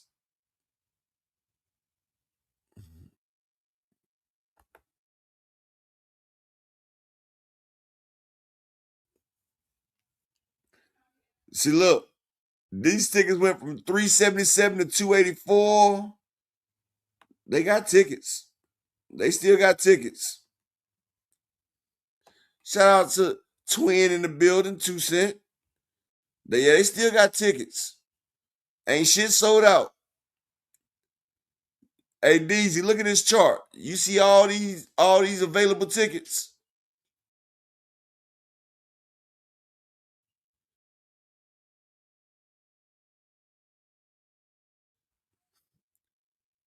They still, it's only 1, 2, 3, 4.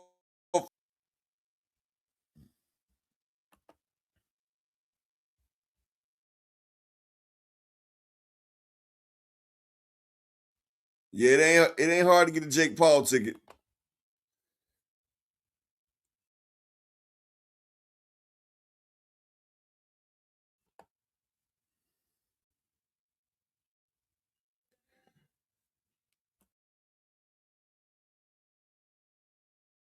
It have lost the allure of Jake Paul. See, when we thought Jake Paul might have been really boxing, he had fans. But when we seen that Mike Tyson fight, that took away all the allure, all the mystery, all the fanfare of Jake Paul boxing. Right now, Shakur and T.O. have sold more tickets, and this is no lie. Shakur and Teofimo Lopez have now sold more tickets than Jake Paul and Anthony Joshua, and that fight is this weekend. Paul need to stick to females.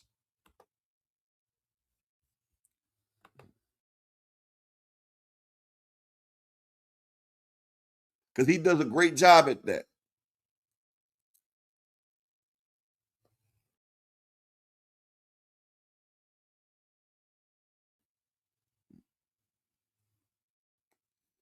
Yeah, you know, the PBC pulled a lot of them fights off the card, Zulu.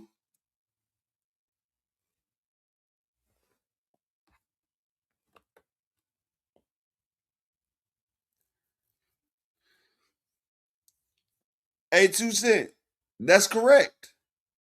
Tank is why it didn't sell. Tank is the reason why this fight didn't sell. 2 Cent. Because Tank not on it no more. Tank is not on the fight card no more, so now it ain't selling. That's why it didn't sell.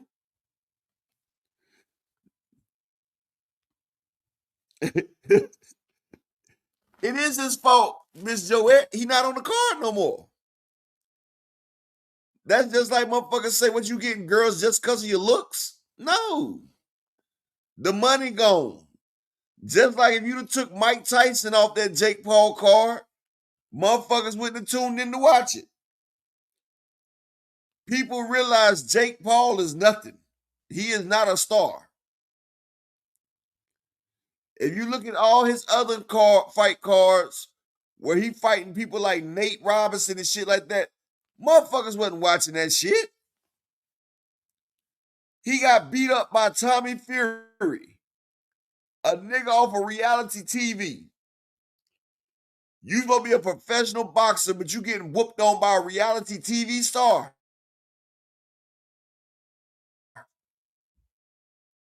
And you think somebody about to watch you? The audacity.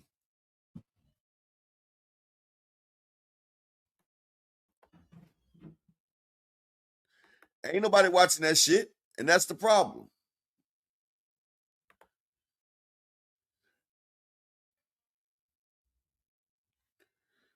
And everybody know that if he doesn't get knocked out, in 2 rounds or less, then they know the fight is fixed.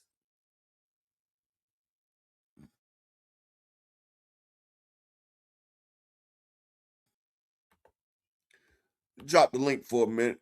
I'm going to drop the link for the day too.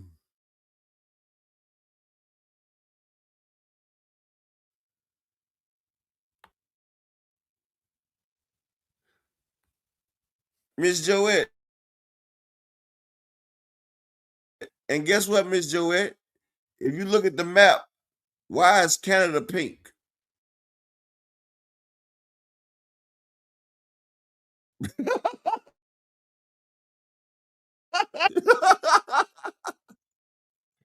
I'm just joking, Joette. I'm just joking. I love Canada, boy. You get all the scripts you want up there.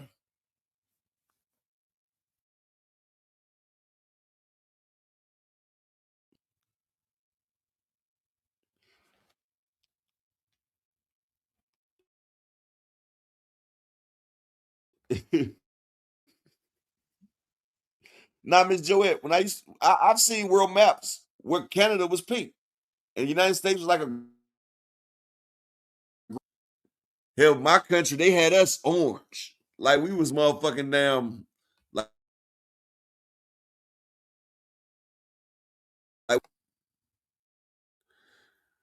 hey, 2 Cent.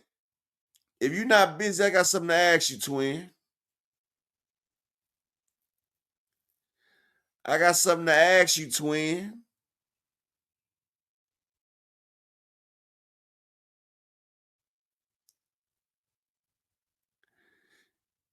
Miss Joette's so damn silly. Exactly, Zulu. If Anthony Joshua wasn't on this fight card, it would have sold even less. It would have sold even less. Speaking of selling less, can I get 3 people to support the grind for the day? Damn, I done been on here for 2 hours already.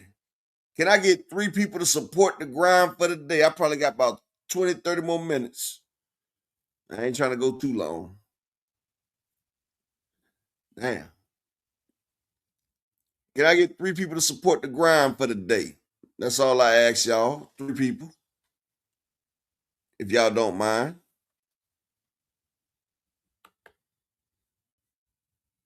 Give me 1 second.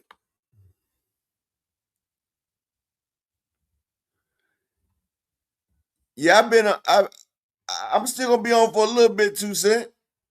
But I've been on for a minute.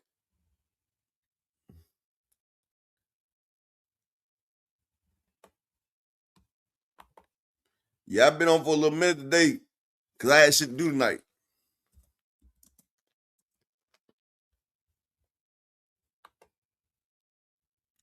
I had to handle some shit later on. But you know, I basically came on at the normal time that I used to come on, 2 o'clock. Honestly.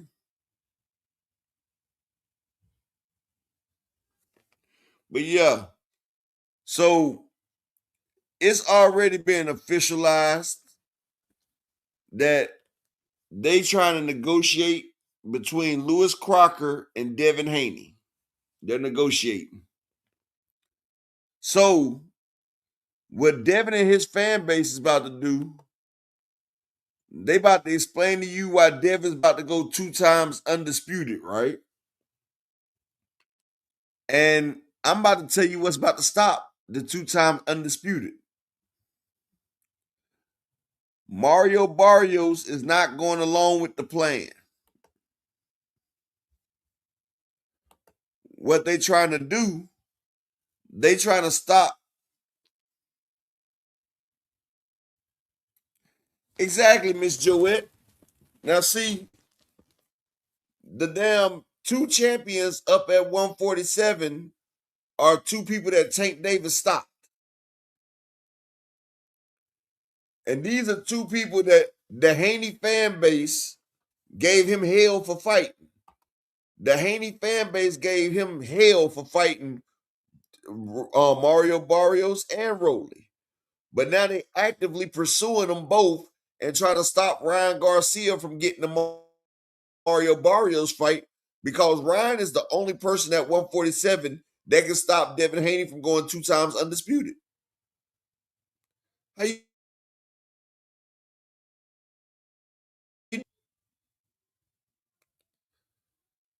She still got the mute on. Now you going in and out. I ain't hear you. What up, twin?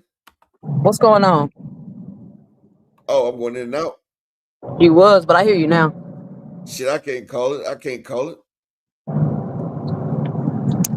Man, they killing me with this What you think about the Devin Pride narrative. champion? What you think about the Pride champion going for 2 times undisputed?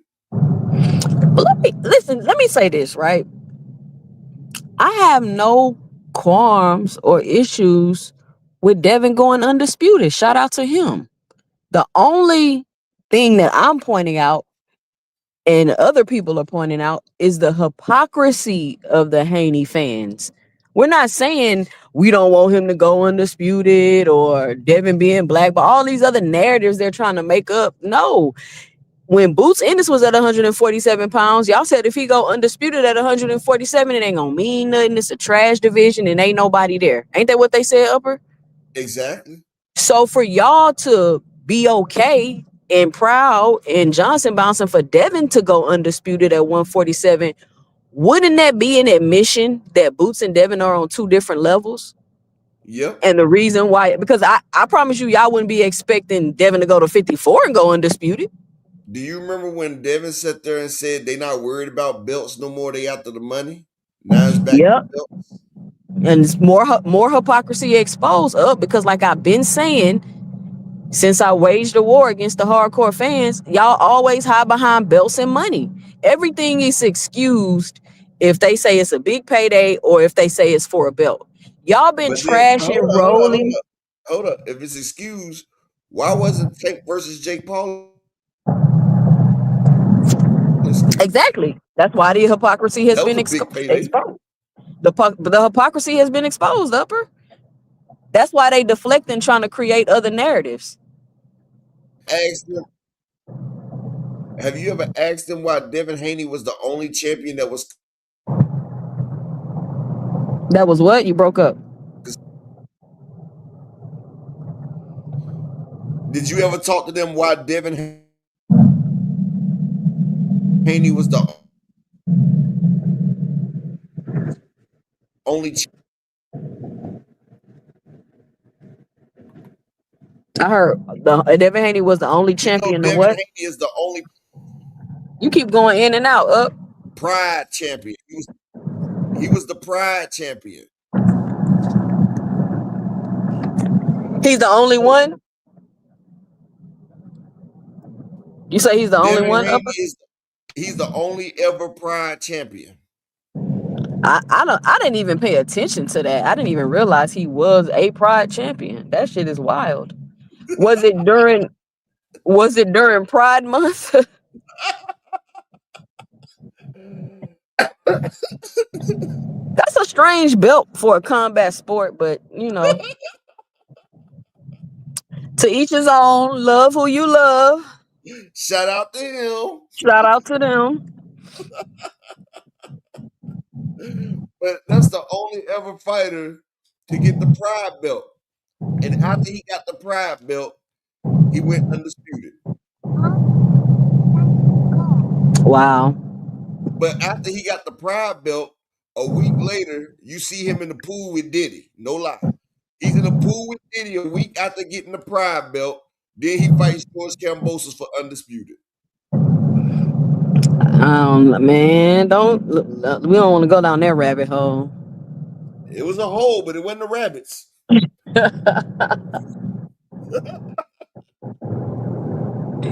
But they say ain't no party like a Diddy party. That's what LeBron James said. We've seen LeBron James in his skirts.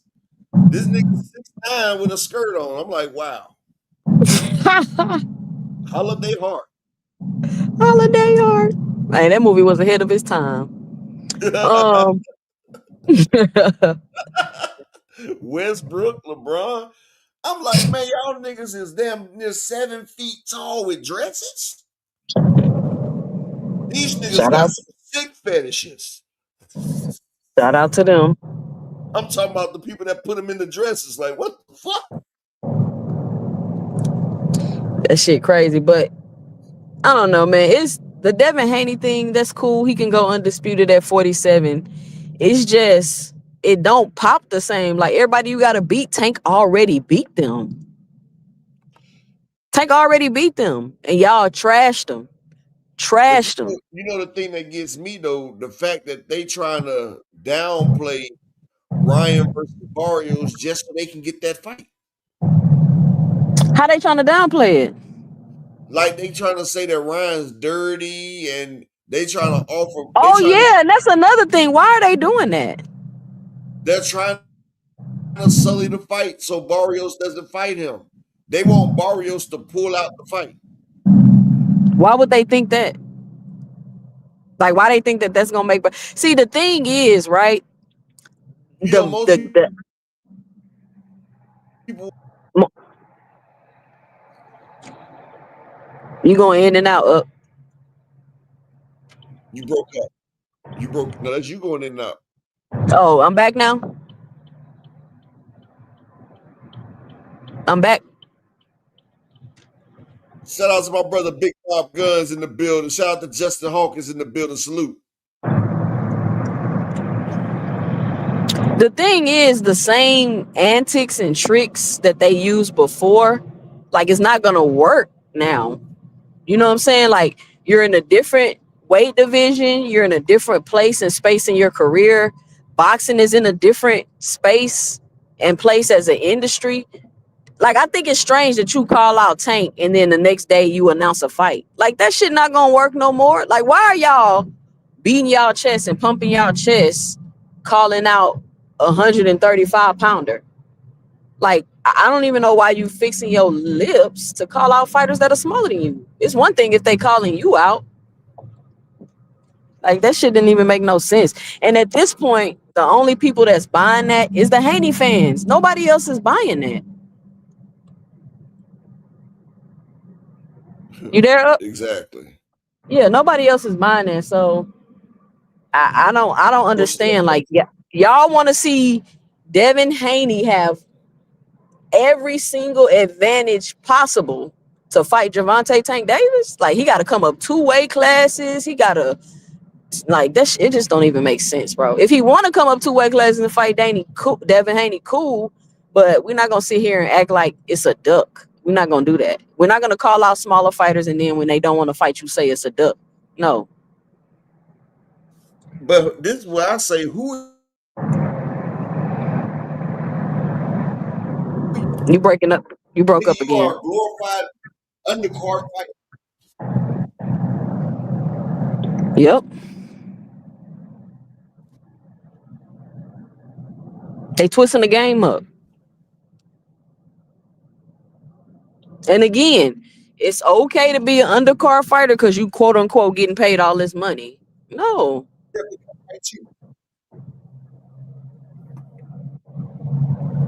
What'd you say? You haven't even headlined a fight in years. I say he hasn't headlined a fight in years. Yeah. Facts. Since he got beat up by Ryan, huh? That was his last card he headlined? Yep.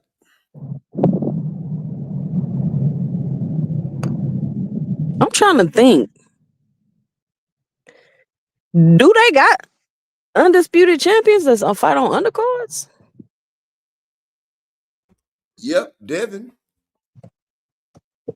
Is that ever happened any other time? I need my historians. Where y'all at? I guess. Well, Cambosos was fighting main event too, wasn't he? After he lost, or was he undercards? Cambosos lost and was on 3 straight main events. He had a main event with Maxie Hughes. He had a main event with Lomachenko for another belt. Then had another main event with Richardson Hitchison for a belt. That's crazy. He got 3 back-to-back main events. And then they got the nerve to be complaining about the pit bull fight. I'm like, y'all gotta stop. Y'all really gotta stop. But this is what I'm saying.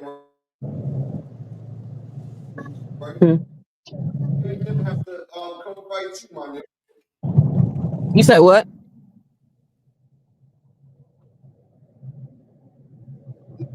I had to come up and fight.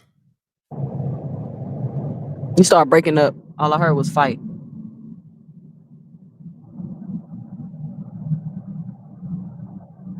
Nobody.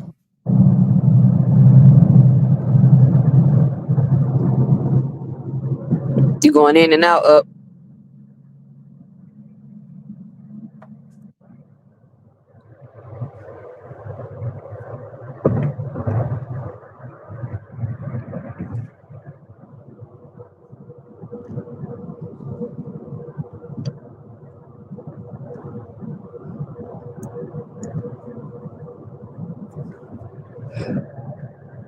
Up, you there? Oh, I guess he hopped off.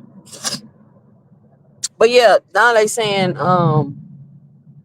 they crying about the pit bull fight. I'm like, y'all gonna keep doing this? Y'all gonna keep crying about everybody Tank fight only for your favorite fighter to end up fighting them or want to fight them? I don't understand it. I said, who is Devin Haney for Tank Davis to have to come up and fight?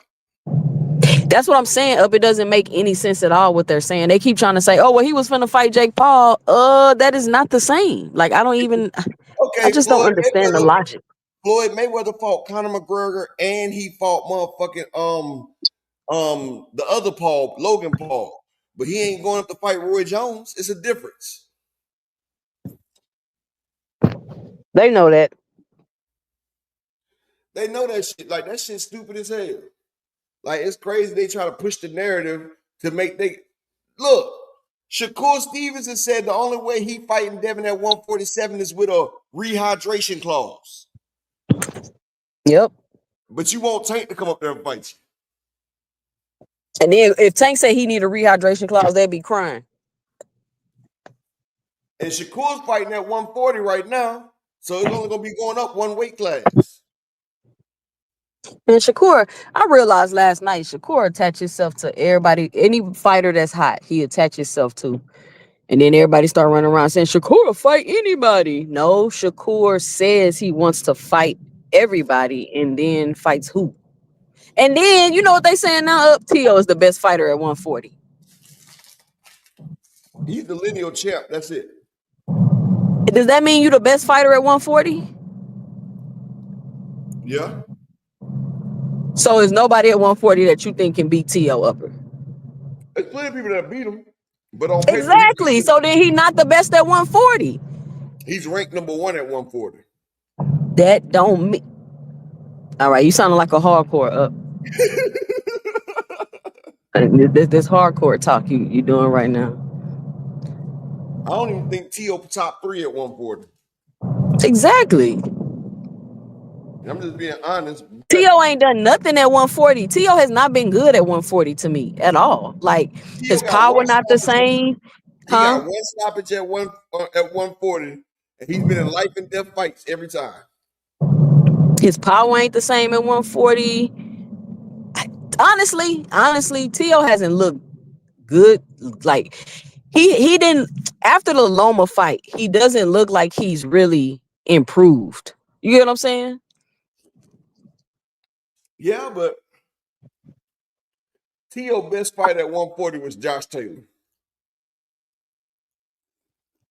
I mean, but Josh Taylor, come on, man, he been at the weight class too long, all the whole little thing. No, like, I'm saying this is his best fight at 140 because yeah. he got beat by Sandor Martin.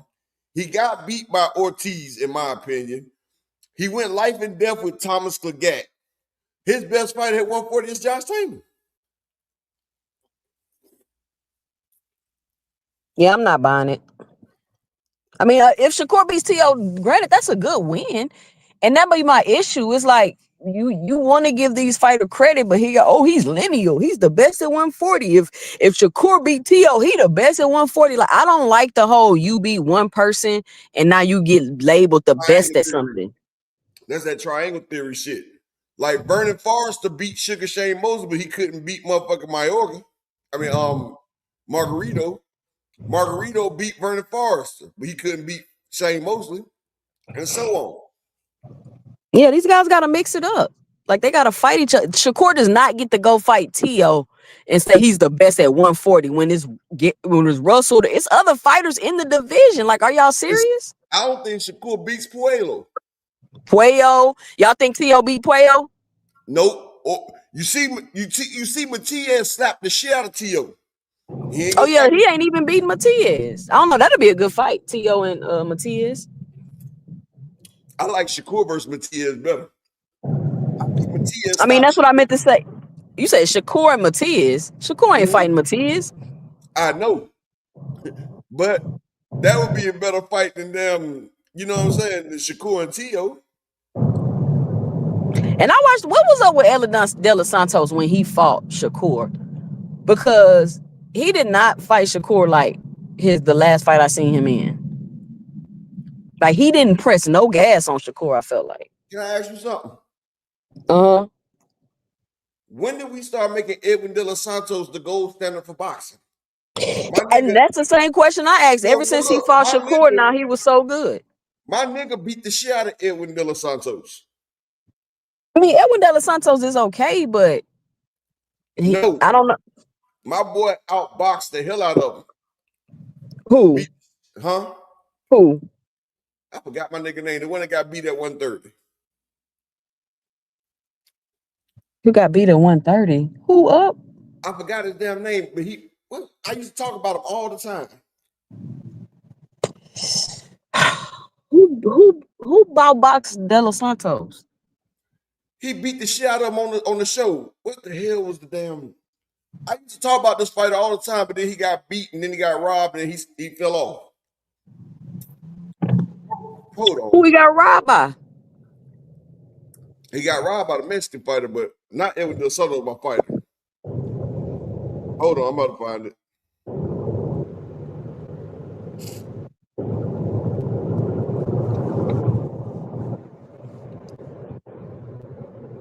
Oh, one second. Here we go.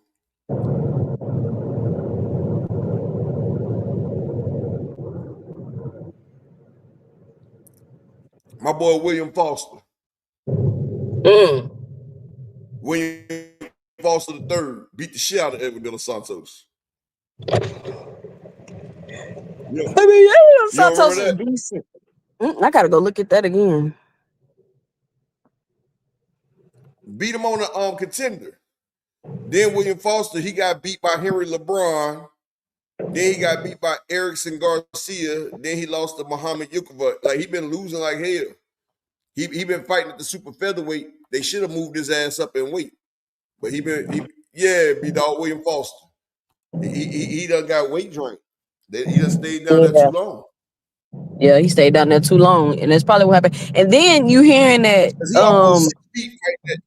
He's 6 feet almost fighting at 130. He can't do that. But you hear what T.O. Senior said, that T.O.'s biggest struggle for this fight is gonna be making weight.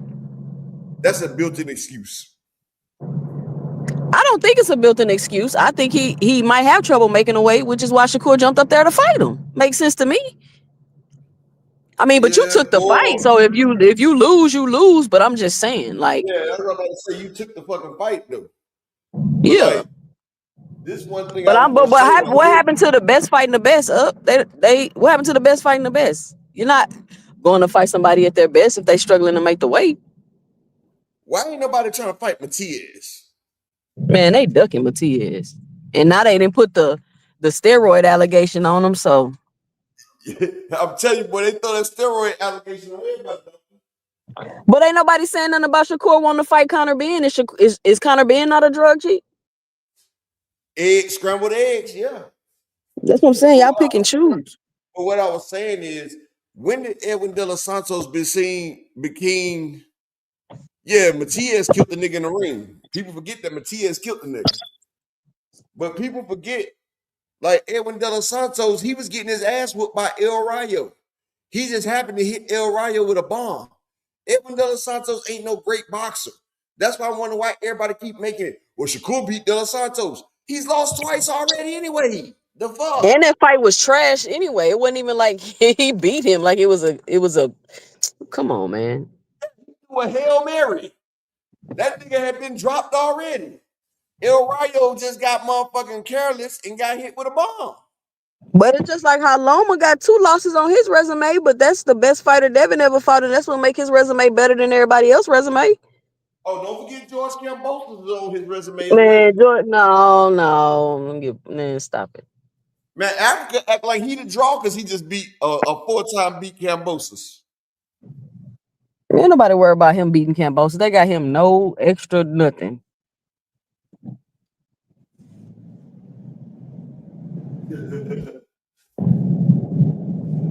I'm just saying that's how they. And that's what I'm saying. They just care about. They don't care about matchups, and that's why I say I'm not a hardcore fan. What's the one thing they talk shit about Tank for? Not doing what? Fighting for belts. No rematch, right? Rematch who? Roach. Remember they kept saying, well, oh, the Roach rematch. Oh, yeah. Why ain't nobody pushing for Devin to rematch Ryan? Because Ryan is a drug cheat. But he's been clean for the last 2 years. He just started back up. Ain't you been following the drama? Yeah, remember that Devin said he opted out of his drug test and he started back. Which, how do you know what Ryan is doing? Like, folks, they said. Remember, Bill said he started back in May, right? Yes. When he just came off probation in August, and he had to take the drug test in June, July, and August. And he's with USADA now. He opted out of body. I bet he did. Can we all agree that Victor Conte ain't do shit to stop drugs in boxing? Doping in boxing? Can we all agree that Victor Conte made it easier to cheat? He found an easier way to do that shit? Can we all agree that Victor Conte scammed the hell out of y'all? Can we agree that Victor Conte gave Canelo and Devin some shit? No, can we agree that Victor Conte gave Bud some shit that made Canelo go, woo? And I ain't never seen Canelo react to a punch like that before. Look, I see Canelo get hit by Sergey. No, they said he wasn't reacting. He was rolling with that. Bud explained it. He wasn't reacting to the punch. He was like, Canelo was like, shit. they said he was rolling, waiting on another punch to come or some shit like that. Man, 2 Cent. You breaking up? No, take. That was the first time I seen Canelo take a step back in a fight. Canelo backed the fuck up and he looked at Bud like, what the fuck was that? Man, got the magic gloves on. Sergey Kovalev couldn't do it. Triple G couldn't do it. Nobody in Canelo history has made him look like that. He looked at Bud like, hold on, this shit ain't right. Bud, the best fighter to infinity and beyond. Look, that was the same look that Brian Norman gave Devin when he hit the ground. Did you see the way Brian Norman looked at Devin? Like, nigga, what the fuck? Did you see it though, 2 Cent? Yeah, I seen it.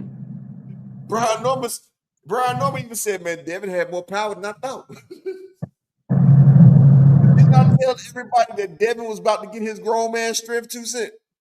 Yep. He ain't cutting all that damn weight. Weight don't give you strength. Look at Bomac. I'm talking about he's not as weak. That's what I'm saying. Nah. And he also rehydrates past middleweight. That's what's crazy. Like, how is Devin bigger than everybody at 47? Yes, he is. Because I'm like, okay, I looked up Crocker, and Crocker, he ain't got no feet. But hey, Crocker got an overhand right. That's pretty crazy. Yeah, so crazy. He only got 11 knockouts out of 22 fights. That shit. Do you know that Crocker actually lost the belt? I mean, lost the fight to Patty Donovan, but Patty Donovan got disqualified. That's why they had a rematch. Louis Crocker's not that good. No, he's not that good. He's not that good, but he got them overhands is crazy though. I could see Devin getting caught with some of them overhands. He ain't got no power or nothing like that. And he ain't got no feet. And his defense ain't that good. And he's smaller than Devin. Like, bruh.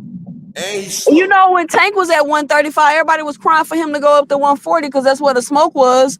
But y'all ain't crying for Devin to go up to 54. It's just to be here the hypocrisy. Like, I'm not saying Devin should go to 54, but if I was to use y'all's logic, that's where I would be. If I was to use y'all logic, I would be like, why did Devin camp out at 144 until Jerome Boots Ennis moved to 154? Now Devin's a full-fledged 147-pound fighter. Oh, they completely overlooked that upper and then got the audacity to say soon as Devin came into the division, Boots ran out. How? He took a baby step before he went to 47. He could have went from 140 to 140. How did Boots run out the division when Devin came, when Devin took a pit stop at a whole different weight at 144? What are y'all talking about? You can't make any shit up, you said. It's not making sense anymore, upper. Like, it's before y'all could slide, but now it's exposed. Like, the veil has been lifted. The veil has been lifted. All of this been exposed. You got Shakur asking for rehydration clauses. You got Devin Haney trying to fight Roley. You get what I'm saying? Like, it's all the gig is up. The gig is up. And it's not like we gonna cry, bitch, and complain like y'all did. Cause I don't have a problem with any of it. But I am going to point out the hypocrisy. That's all. Exactly. Speaking of hypocrisy, can I get 3 people to support the grind for the day? I just need 3 people to support the grind. I done gave y'all 2.5 hours today. I was supposed to been done left. Can I get 3 people to support the grind for the day? And that's the shit though, 2 Cent. We don't talk about the shit. We just take it as it is. But everybody else wants to nitpick. They want to say, well, this and then do this. Well, we really want to nitpick. We can break the shit down as well. Exactly. And use y'all own logic. We're using y'all's logic. This is not our thought process. This is y'all's logic that y'all have been using all of these years. They got clips of Shakur Stevenson. a rehydration clause, you at your weakest, and so are you telling me Hey, you're not gonna fight only Conor network Ben unless you got an look, advantage and he weak? that's what I sat there and I went over that the first thing on the show. Yeah, y'all. You're lying, Tanjiro. Boots was not offered the Devin fight at 147. Stop. Stop. Stop. Stop it. Stop it. Now you're lying. Devin Haney didn't even come to 147 until Boots left. And I can put up the video where Bill Haney said, we're not fighting Jaron Ennis. You got to be crazy to fight Jaron Ennis. That's what Bill Haney said when they asked him about fighting Boots. So stop it. Devin need to stick to what he doing and leave Boots alone. Tanjiro. Okay, Devin can go fight Boots right now. He rehydrates past 168. Bill, it's a video where Bill said we would never fight Boots. So don't do that, Tanjiro. Get the meat munching out the way now. I know he's y'all pride champion. I know he's your pride champion. But stop the meat munching. See, the problem is they gotta deflect because they can't focus on what Devin's actually doing. If y'all haven't noticed, that's what they do. The focus is never on who Devin is actually finna fight, like what he's really pursuing. It's always a deflection, deflection, deflection. Oh, Lewis Crocker out the blue. After you've been talking about this fighter, this fighter, this fighter, this fighter. Oh, they all ducked you. Hold up. So you saying they offering Boots a Devin Haney fight right now? That would be stupid. Why would he move back down to fight Devin Haney? Devin Haney could have fought Boots for his 2 belts, but Devin Haney wanted to stop at 144, Tanjiro. Y'all always say somebody fucking ducking y'all. Y'all duck Tank Davis. Y'all duck the Lomachenko rematch. Y'all ducking Ryan Garcia right fucking now. And they duck Sando Martin. Calling y'all the fuck out, and y'all acting like Ryan Garcia doesn't fucking matter.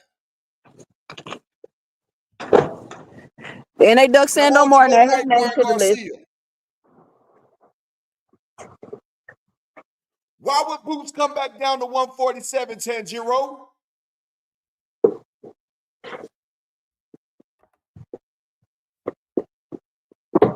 But Ryan Garcia's at 147. He beat the shit out of him. He beat the shit out of Devin. Why not get that smoke? No, y'all fans talk about Ryan don't deserve a Devin fight. No, y'all scared that Devin gonna get his little sphincter pumped. He don't deserve it. Why he don't deserve it? He don't deserve to beat your hero's ass again.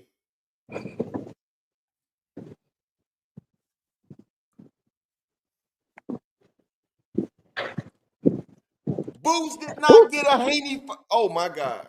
Boots will beat the career out of Haney. Y'all cut it out. Y'all not being genuine, man. Just be real. It's okay. It's okay. Martinez would have most definitely took that fucking fight, Tanjiro. Bill Haney says we would not fight Boots.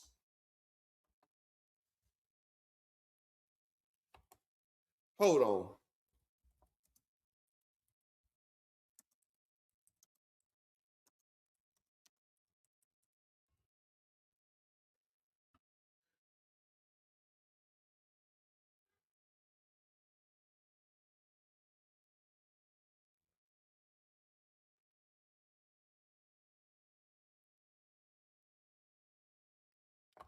Two cent. I'm here. I'm here. Watch me shut this lying ass nigga up right here.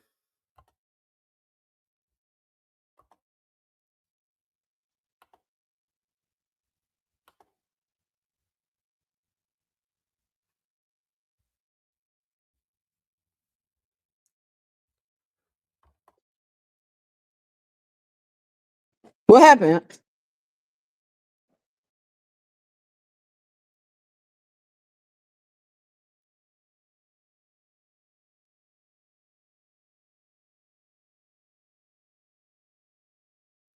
Hold on for a second, 2 cent. But hold on. I got it right here. I hit the wrong thing. Hold up. Can you hear me? Yep. Hold on.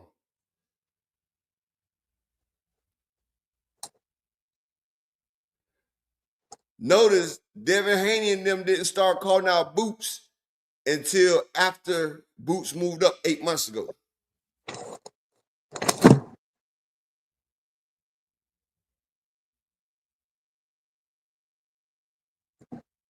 Go ahead and talk for a second, 2 Cent, while I pull this up. I mean, it's just, guys, it's okay. Like, it'll be a lot better if y'all stop trying to create these perception and these narratives about everybody. Just it is what it is. Like, I don't understand it. I really don't understand it. The whole duck narrative, that shit is not gonna work no more. You found it?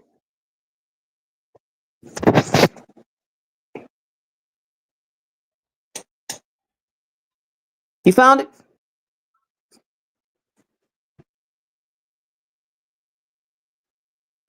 Present. Yeah, no, they asked us. They said, are you guys open to doing a Boots fight? I said 100%.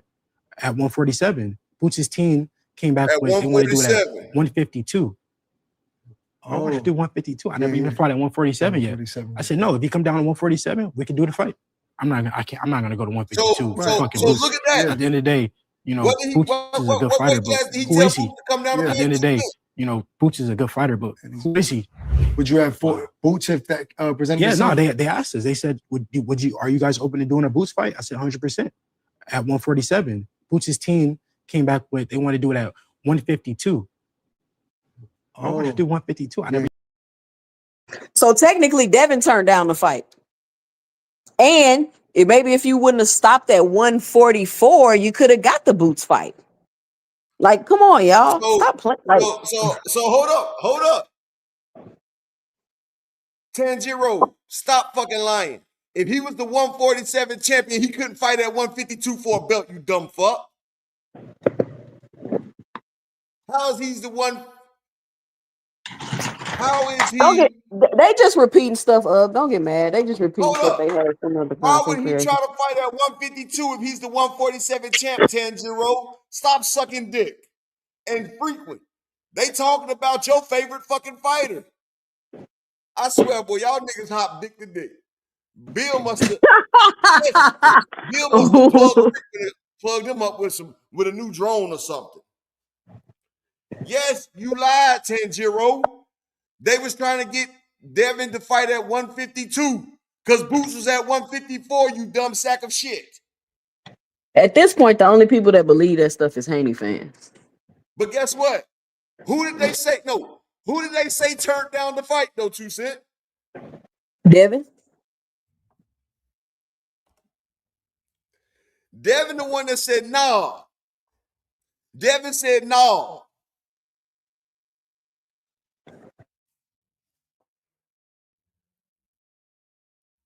Hey, y'all can't tell me that Boots is Frequent Flyer's favorite fighter no more. Frequent sucking that Haney dick.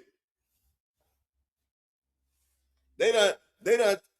I guess when Dean kicked Frequent off the show, Frequent said, fuck all Philly fighters now. Hey, 2 Cent, Dean done kicked Frequent off his show the other day. Now Frequent say, fuck everybody from Philly. Damn. Hey, Ty, that's why Devin Haney fought at 140. Okay, Tanjiro. Then why the fuck did Devin fight Ramirez at 144, you lying sack of shit? Because they waited for Boots to move up. They waited for Boots to move up, and that's when they popped up. Boots had already said that he was going to 154, and after he said that, that's when they tried to get him to fight, and Boots said we could fight at 152.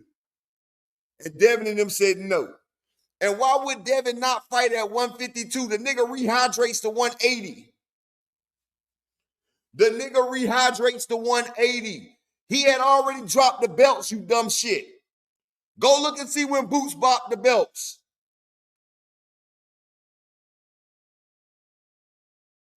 He was not a 147 champion. He dropped the belts, Tanjiro. Go look. Upper, there's not even nothing to debate about. How am I a 147 champion, but I want to fight you at 152? Exactly. And so what are y'all saying? Y'all saying Devin Haney? This is the thing. So Devin Haney can't take a good fight and a good matchup because it's not for a belt. Like, y'all got to make y'all minds up. This is what I'm saying. Y'all continuously use those belts and money to slip and slide and hide behind. Hey, let me ask you a question. Who do you think is more dangerous? Jerron Boots Ennis or Ryan Garcia? Boots. So you'll fight Boots Ennis, but you ducking Ryan Garcia. Y'all ducking Ryan Garcia, but y'all claim that Boots is ducking you. Frequent. Y'all ass is stupid as hell and stop being slow. Frequent. I'm tired of you coming over here, motherfucking doing all that shit, man. For real. Check this out, Frequent. If a motherfucker donate to the Cash App, they can get rid of your ass, Frequent. How about that? Somebody support the grind and y'all can hit Frequent with that stick. I don't even care what you donate. Donate something you can hit Frequent with that motherfucker, that pole. You feel me, 2 cents? Get this nigga. I'm tired of it. And look, you donate again, you can get rid of Tanjiro as well. Fuck it.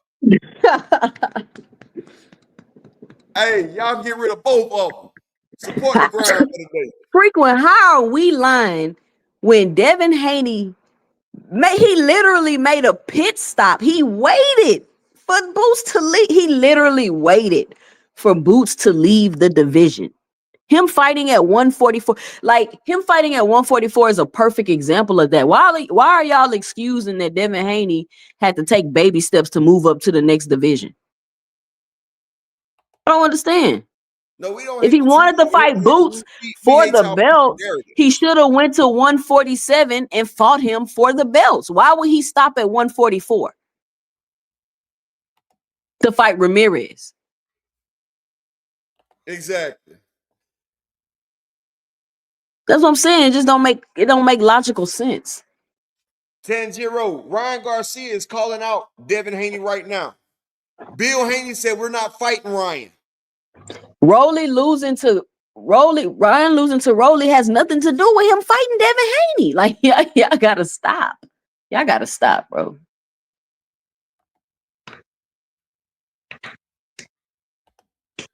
Bro, I swear it's the same Tweedledee and Tweedledum motherfucker. Okay, if he didn't wait, Tanjiro, why did he almost kill himself trying to make 144? He almost killed himself trying to make 144. Ryan did not. Okay. Like I said, man, somebody support the ground so y'all get rid of this too. Fuck it.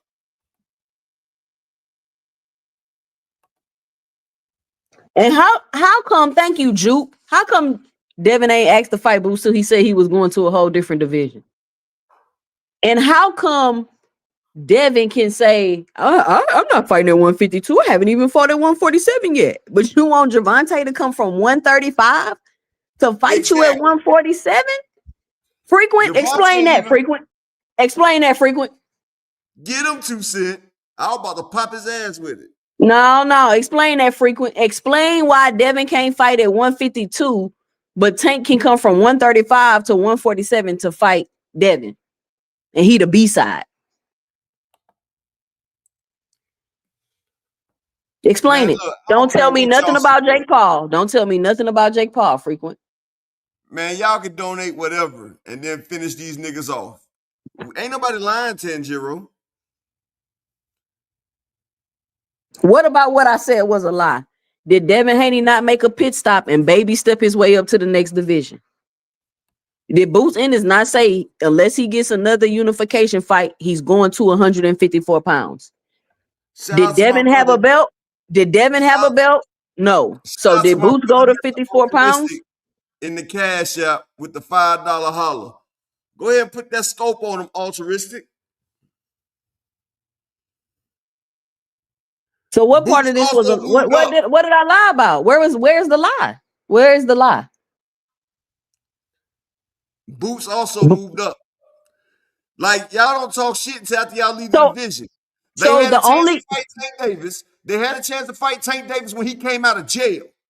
But when they offered you to fight, motherfuckers didn't make the fight until they moved up to 140 and didn't do shit with Regis. Then y'all want to bring Tank up to another division.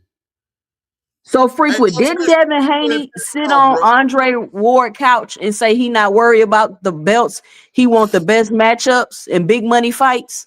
Now all of a sudden, when it's a good matchup and a big money fight, he ain't got no belt.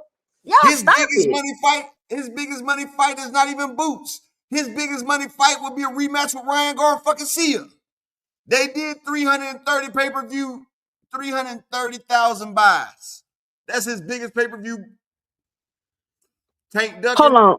Let me say this, Upper, because they keep saying that Boots was not at 154. He was still at 147 pounds. Listen to what I'm saying, y'all. Listen, I'm going to talk slow. Jerron Boots has said if he doesn't get another unification fight, he's going to the 154-pound division. Was Devin Haney a unification fight? Yes or no? No, he wasn't. So Boots decided to go to 154 pounds. And he said, if you want to fight, cool. We can do it at 152. So what are y'all talking? Who is lying? Like, y'all keep trying to jump through hoops and y'all not looking smart. Well, EB Sweat a lot just got y'all up out of there. Fuck it. EB and Mr. Altruistic, they say they tired of y'all. There. Y'all always breaking up the damn show anyway. Fuck it. It's just like stop it. You want to argue with all these narratives, and that's what I'm saying. Up, it's the deflection, so you don't have to focus on what Devin Haney is really doing. The gig is up, y'all. Y'all skirts up. It's exposed. It's not gonna work. The only people that are falling for this are Devin Haney fans. Y'all the only people falling for this. I made a mistake in time 10-0 out. Man, somebody ban that nigga. That nigga been talking dumb for a long time. Ban that nigga.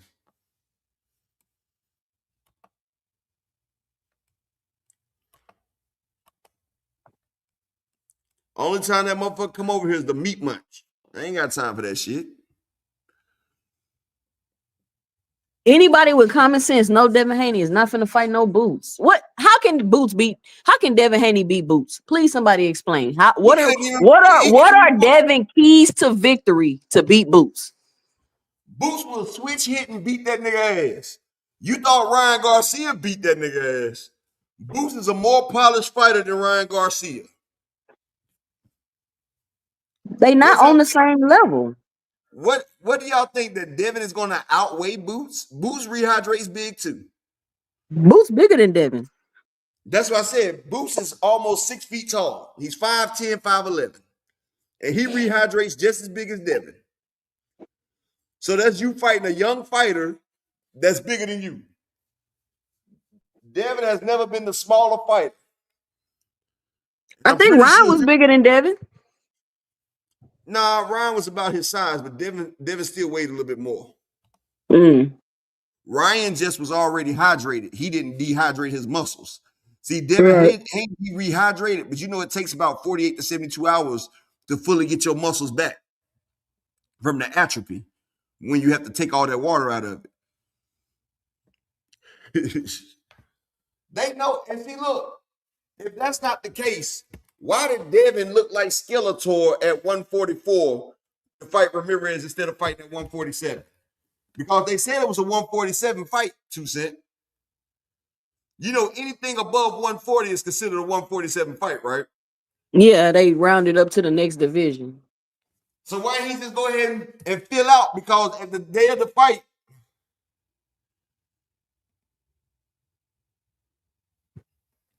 this nigga frequent. You already got a page over here. I'm letting this page live. I don't see why niggas got so many pages.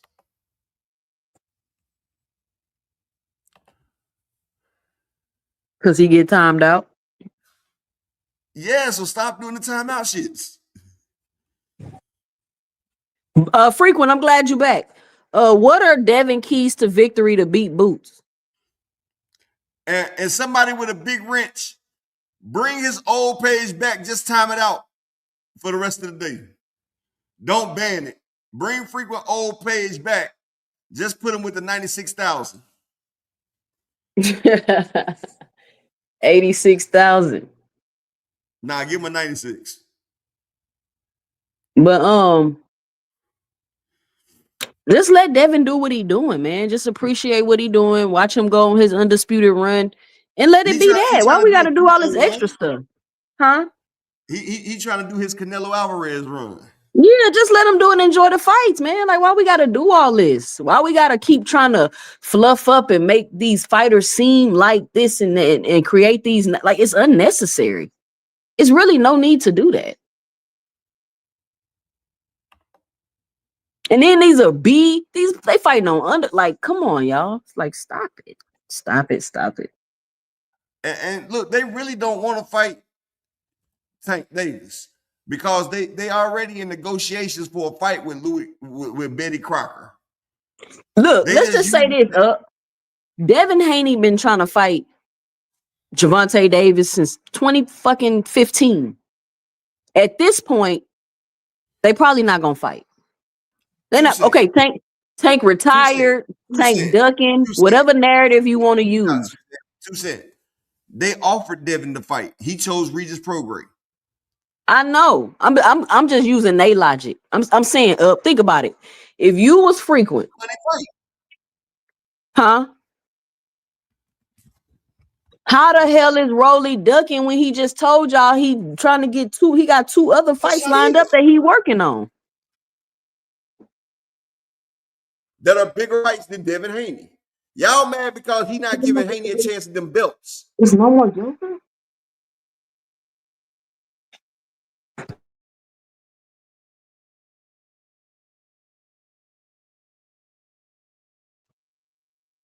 You want some whipped cream? No, I don't want no whipped cream. You just eating whipped cream by itself? No, I'm eating this. Don't do that, girl. What you say, up? I said Altruistic must have popped his ass. They want to argue because they want to focus attention on what's really going on. That's what I'm saying. We don't got to keep arguing about this. He decided to go to the weakest division and try to go undisputed. That's what it is. That's what we're doing. Y'all kept crying about how the 47 division was trash and is weak and Boots need to go to 54. And if he go undisputed at 47, it ain't going to mean nothing because all the fighters trash. Well. Let's talk about, Tank fought Rolly and Mario Barrios. Both of them are trash fighters. Now Rolly ducking Devin while he won't fight Devin. Like, come on, man. Come on. And that's another thing. I keep telling people how political the belts are. And when the politics start happening with the belts, people want to get all mad. If Rolly decides not to fight Devin, because whatever reason, he just ain't going to fight Devin. Like, whoop-de-doo. It is what it is. If he ducking Devin, then he ducking Devin. Like, what? So what? Like, what? So what? Move on. That's what I'm saying. Haney fans, y'all don't know how to move on.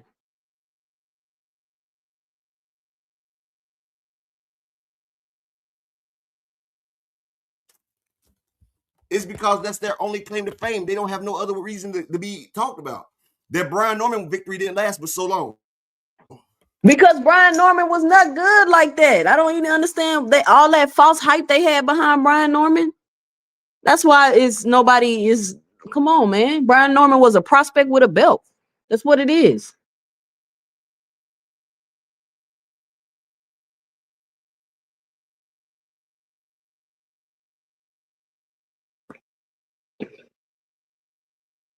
People remember matchups more than they remember if you fought for a belt.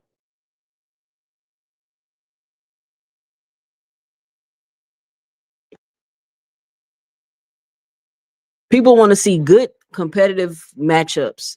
We don't want to see you fighting B and C level fighters for belts. Me personally, I don't want to see that. But then again, I'm a casual. I'm not a hardcore. So that belt shit, I don't really care. Like, Upper, let me ask you a question, Upper. If I say two fighters are fighting and it's a fight you're not interested in, and you're like, nah, I ain't finna watch that. But if I say, oh, it's for the WBA belt, is that gonna make you want to watch the fight? Chat. No. Does a belt being on the line make you or encourage you or give you more interest in a fight? But we be like, well, he got the belts. That's why they're chasing the belt. But Upper, you know, like we didn't go through stuff like Devin is an undercard fighter. We seen did without we? the belts, he was on the undercard of Rolly and Ryan. Is this a new phenomenon? Up, like, did we go through this with like Sean Porters and Earl Spence's and Keith Thurman's? I mean, I know we had the he don't want to fight Earl, but was it like did Earl like bitch and cry and complain continuously about Keith Thurman ducking him? Or did he Earl just said, move on? Big fish. He said, I'm gonna be the big fish and the table's gonna turn. And then he kept going about his business, right? Mm-hmm. And then it was Keith Thurman begging, and then Keith Thurman started begging Earl. But I'm saying, did his fans start making narratives, and did they bitch and cry about Keith video after video after video? We just said Keith was ducking. Fuck Keith. And we kept it moving. That's what I'm saying. So this new thing of crying and bitching and whining is just like a new phenomenon. Because, you know, I ain't been on YouTube that long like that. Well, no 2 Cent.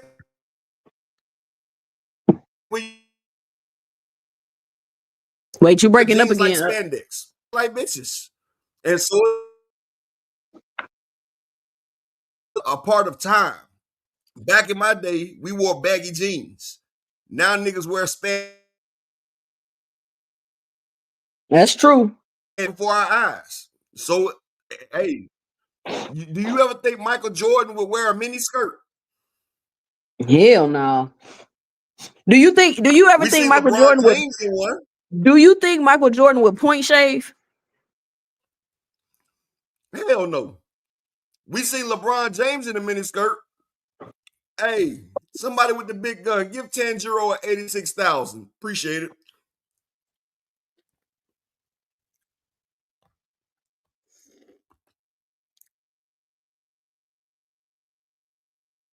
And then, you know, they kill me with the emotional stuff. You hate Devin. Like, y'all are grown men. Like, stop it with the emotional stuff. It's annoying. It's annoying. I know why you like Devin so much, Tanjiro. You got pride in your pride champion, right? Let me Google this. Do they show him with the belt upper?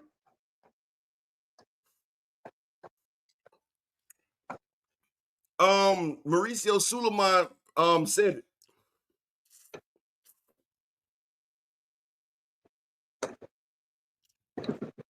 Devin had already had a belt, but they said George Kambosos was undisputed. And they was like, Devin got the pride belt. He ain't got the real belt.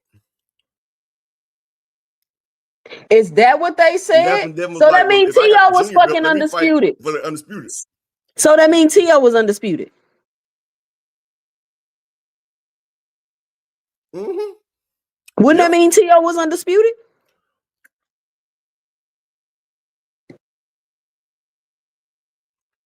He had all the belts.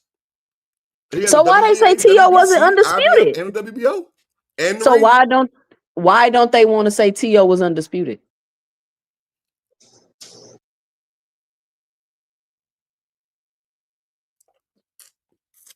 That's crazy. Me. But if you look at George Kambosos, he got former undisputed champion. Damn, they doing exactly. They doing T.O. wrong with that. Well, you know, he had fell out with Canelo at the time. What does that have to do with him being undisputed? Canelo told him, "You're not undisputed." Remember, Canelo told him that. Man, who the fuck is Canelo? He ain't the sanctioning bodies. WBC means we back Canelo. Hell no, man. That man T.O. was undisputed. That man T.O. was undisputed before Devin Haney. But you know, and then they say T.O. wasn't undisputed because Devin Haney had the belt. But Kambosos, okay, so they trying to say when Devin beat Kambosos, he was undisputed because Devin had the final belt. But when T.O. beat Kambosos, but when Kambosos beat T.O. was only unified. Yeah. Matter of fact, I'm gonna let you see it real quick. This the narrative. What?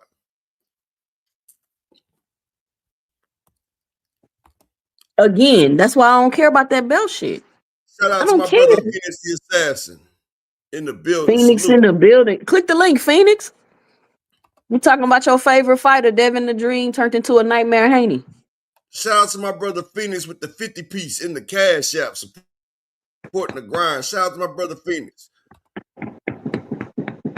Hold on, I'm gonna drop the link. But I'm about to put this up for people to see real quick.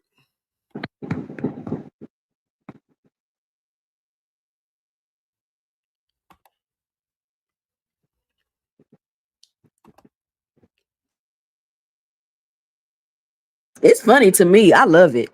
Because Since 2 Cent y'all don't cooked. remember this, I'm about to take you back down memory lane, 2 Cent. Y'all cooked. Y'all cooked.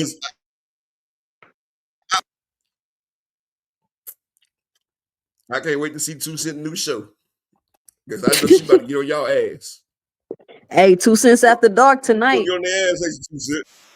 2 Cents After Dark. You know, I be trying not to get on people's ass, letting them have their own opinions and thoughts, but it's getting out of control now. It's getting out of control. Yo, what's Let him good? fight for the official WBC What belt. up, man? What more does Devin Haney have to do to get a?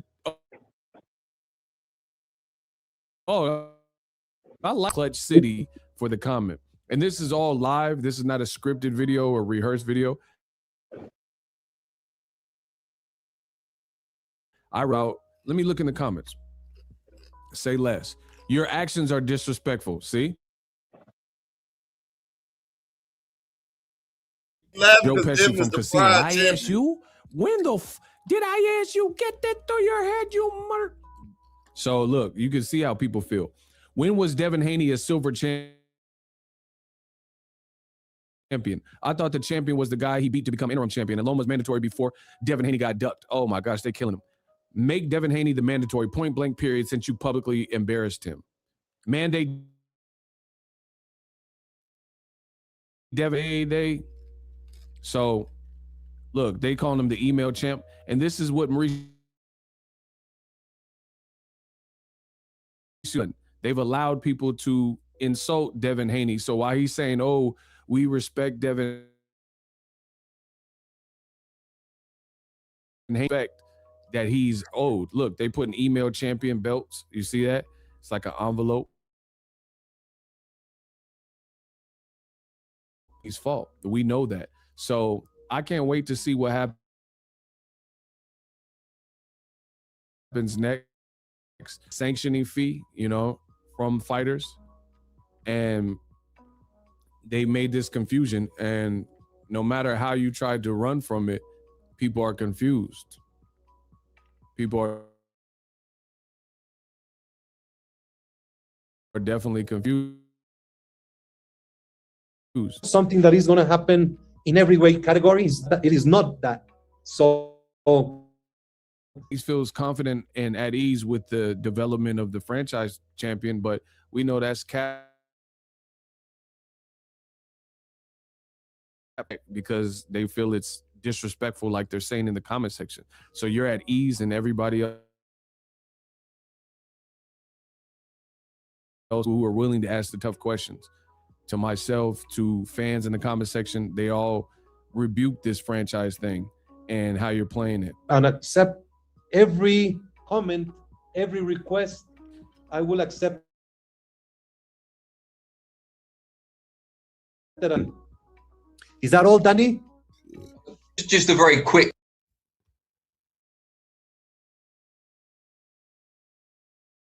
but 3 years ago, they made Devin the Pride champion. He was the Pride champion. Up here with 2 Cent. I'm gonna digress and let y'all talk a little bit. Go ahead. So you, King of Hayden? Yo, so like, I just put the link in the Discord. There's an article the WBC put out there that touched more on this situation, and it's something that I've been mentioning. A lot of people don't remember it. Some people don't even know. But like, what happened was, y'all remember at this time when Tio, he had just fought Richard Coleman, Lomachenko. Oh no, this was after, but Lomachenko collected 2 of the belts. He had WBO, WBA. And then he asked the WBC if he could fight Luke Campbell for the vacant belt because Mikey Garcia had just moved up. I think that's when Mikey Garcia was getting ready to fight like Spencer Broner. He moved up to not Spencer Broner, but he moved up to 140, right? So Luke Campbell was his mandatory at the time. So since Mikey vacated, Lomachenko basically asked if he could take Mikey's spot, and then him and Luke Campbell fight for the WBC belt. That happened. Lomachenko won, so technically he'd already just beaten the mandatory. Yep. And then after Lomachenko they got did that shit belt in front of Tevin Farmer because remember he was sitting there. They was. Oh yep. Was that before or after he got shot in the hand? Yeah, Bob told Devin you signed with the wrong promoter. Damn, he told him that. Pretty much. And then the others. It was supposed to be Devin versus Luke Campbell. It was supposed to be Devin versus Luke Campbell for the WBC belt. But Lomachenko already had a belt. They let Lomachenko jump ahead of Devin. That's why people keep saying that Lomachenko and Devin Haney was Lomachenko's mandatory, but he was never the mandatory. They never ordered the Lomachenko versus Devin fight. What it was, they didn't. Exactly. So Lomachenko jumped ahead and fought Luke Campbell because it was a bigger fight. And after that, Bob Arum told Devin, "You're not about to get a title shot." He said, "You're not getting a title shot." And Devin Haney was like, "Why?"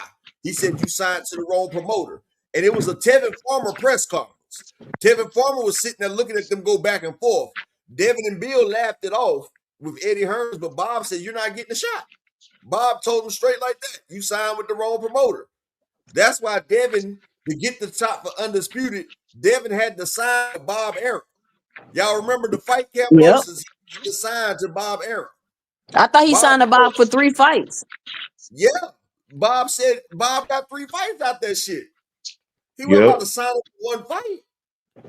Yeah. And back.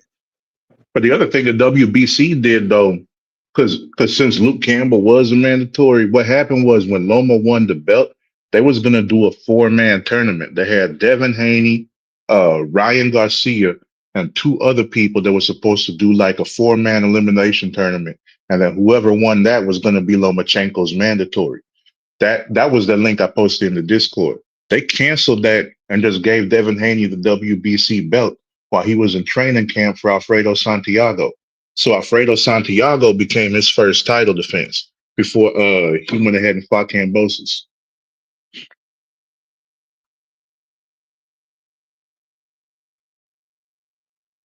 Yeah, the WBC done screwed up on all that. WBC be tripping. Yeah, I didn't like the way they handled that whole situation, but like for Teofimo, that's why he said he ain't trying to fight Devin because like that whole situation like is basically what screwed Teofimo out of being officially and they try to make it seem like Tio dug Devin. Exactly. But Teofimo been pissed about that ever since it happened. So that was what caused this whole beef with Devin Haney and why he fought Kambosos instead. He's like, nah, forget all that. If they're gonna give you the belt for free when I'm the one who beat Lomachenko, that ain't right. They did Tio the wrong way. That's why TVO went the IBF route. That's why he left that and went the other route. And that's how he was able to get the Lomachenko fight for Undisputed. Yeah, because he fought Comey. He fought Comey and got the IBF off him. Yep. So yeah, that's how that whole situation played out. But yes, some people still think Devin Haney was mandatory, and it's like, nah, because WBC that they're not going to sign a mandatory like that quick, especially after they just finished getting Luke Campbell out the way. So Lomachenko had at least another year that he could have been before WBC officially mandated a fight. They ain't go ahead and do that. They just went ahead, cut it short, and that's what they did, and that's why Devin Haney was able to keep doing all this nonsense him and Bill been doing, because they was able to get that belt. So if you really want to know what an email champion look like think about that. They want to talk about, oh, never unified, all this and that, when the only person you got to fight is George Kambosos to go ahead and do that. And Exactly. like, come on, y'all. Like Devin Haney unified by fighting the heavy bag and George Kambosos, which are basically one and the same. He fought two heavy bags back to back to get undisputed, and people been hyping him up off that, talking about, ain't nobody fought current champions. And who did he fight to become a 2-division champion? Phoenix. Man, sad ass program. In the fight right before that, what happened to Regis? The fight right before that. Man, we seen Regis the fight before that. He got a gift. Exactly, and Regis got a barely get out gift. the tub. Regis could barely get out the fucking tub. They had to drag that man out the tub. You feel what I'm That's what I'm saying. Haney running around, his fans running around talking about, oh, he could fight Rolly. Rolly a lick. He got a belt. And I'm like, so Devin Haney been running around hitting licks for these belts, and y'all trying to act like he the best fighter ever? That's my only issue. It's cool, whatever his game plan is to get whatever accolades he get, but we're not gonna act like he's the second coming of Floyd Mayweather. That's the only issue I have. Hell no, ain't no. The other thing that pissed me off about them is we seen Floyd go in there, basically play with McGregor and still knock him out. Like Floyd did the bare minimum that a person could do in boxing. We seen Floyd Mayweather knock out Logan Paul and hold him up for 3 rounds.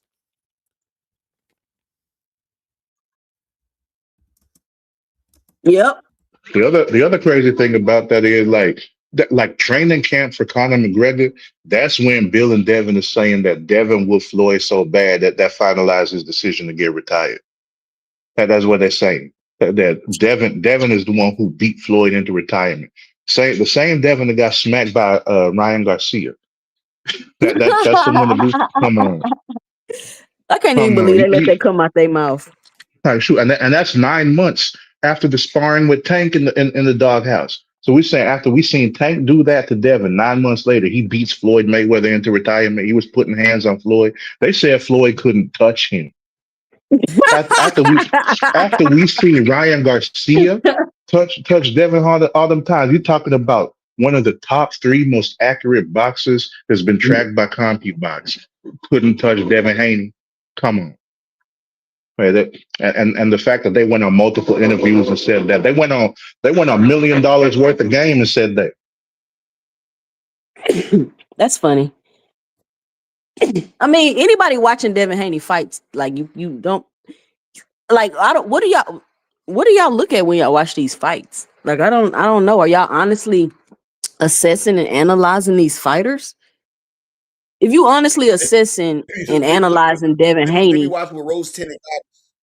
It ain't no way. Come on, man.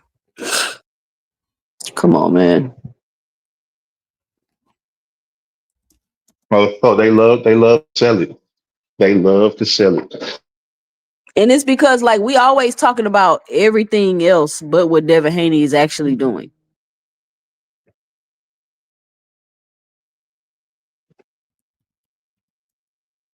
Can y'all hear me? Yeah. He's like, shoot, what? Hey, yo, what up? Did you know that they actively trying to stop the Ryan Garcia versus Barrios fight while making a fight for Louis Crocker for the belt? They're actively trying to stop Ryan Garcia from getting the belt, because as long as Ryan Garcia doesn't have a belt, Devin can go undisputed again, because Rolly can't beat him, Barrios can't beat him, and Louis Betty Crocker can't beat him. So they trying to stop the Barrios fight, because if Ryan Garcia gets that belt, then they know that undisputed goes between Devin. I mean, it has to go through Ryan. Oh, shoot. I think it's even doubly bad because I think Rolly beats Devin too. I've been saying that for years.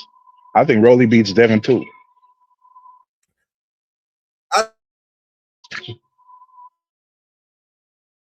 It'll look like a Regis Prograis or Brian Norman fight because Rolly's slow and he got bad feet. And I think Devin does when he don't want to get engaged. And he knows that Rolly got power, so you know he's gonna stay fuck away from Rolly. So you know Yeah, that the one thing is like when looking at Rolly, I remember his fight with Tank. And you seen how Rolly was coming forward, like he know what he's doing. Like he ain't the fastest on his feet, so he know how to come forward and like cut the ring off a little bit. And since Devin ain't really got good movement, he just fast on his feet. So he can move fast, but he don't know how to move. That's why whenever he's on the ropes, his movements is kind of limited. We don't see him do the stuff that elite fighters do, like pivot and get on up off the ropes. He just try to circle around until he can basically break away to get back to the center of the ring. But he rarely gonna step in and pivot and turn him or fake him one way to slip out. Like he does, he just moves. He don't really got that elite movement. And like against somebody like Rolly, where they can cut the ring off just a little bit. Like and with the fact that Devin don't really make adjustments whenever things ain't going his way, I just like nah. I think Rolly could go ahead and catch him and clip him. I think Rolly would do a lot better than Brian Norman do because at the same time, Rolly don't smother his shots as much as Brian Norman. That's another thing to consider. But I still think that if they was gonna fight, I think that's the reason why Bill over there trying to make Rolly Romero look like like he ducking Devin. But you know how it is with Devin and Bill these past 10 years. Every fighter that they don't want to fight, they try to make that dude look like a duck. That's why they did that with Boots. They did it with Tank, did it with Matias. All the people that they know go ahead and put hands on Devin, they're going to go ahead and say, they've been ducking Devin. Debo Devin, got them scared. So, yeah, man, I think it's a reason that they ain't going after Rolly.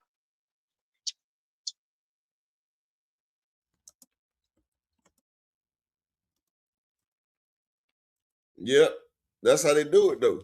But they know that they can do. They know what they can do with Rolly. They know that they can sit there and stall Rolly out. They know that they can get points on Rolly. They know Ryan is too fast for them. They know they're not trying to do none of that other. They know what it is. I see you, 2 Cent. I mean, they Yeah. think they think they know what it is with Rolly. They think they know, but I don't know. I think that'll be a good fight. Actually, I want to see it. I want to see Devin versus Rolly. Actually, You breaking up? Rolly has improved. He has improved. I said Rolly has improved. Yep. Yep. And he's I at a say more if comfortable you age. go back and look at, yeah, that's another thing too. So he probably feeling fresher. Cause like I've been severely dehydrated. Like when I mean severely dehydrated, I'm saying like shoot, I had to be hooked up to an IV and get like shit 4 liters from the IV and drink like 5 liters of water like within 7 to 8 hours and nothing was coming out. Like my body retained all that fluid. And I know what it feel like whenever you that dehydrated. Like if they cutting weight bad, like shoot, like your muscles start feeling like that mush that you find at the bottom of the sink. Like even when you flexing, like I feel right. So I get it. Like if Rolly would drain, like he probably feel a whole lot better at 147 right now, the same way Bootsy is at 154. And to get hit by that, because Rolly got that dumb strength. Like shoot, I don't think Bill and Devin even want to chance that because it's not like Devin is a master defensive artist. He gets touched. If he get touched by Rolly, we seen how Devin act when he get hit. He backs straight up. He don't try to slip out the way or nothing. He just backs straight up with his arms out, not protecting his face.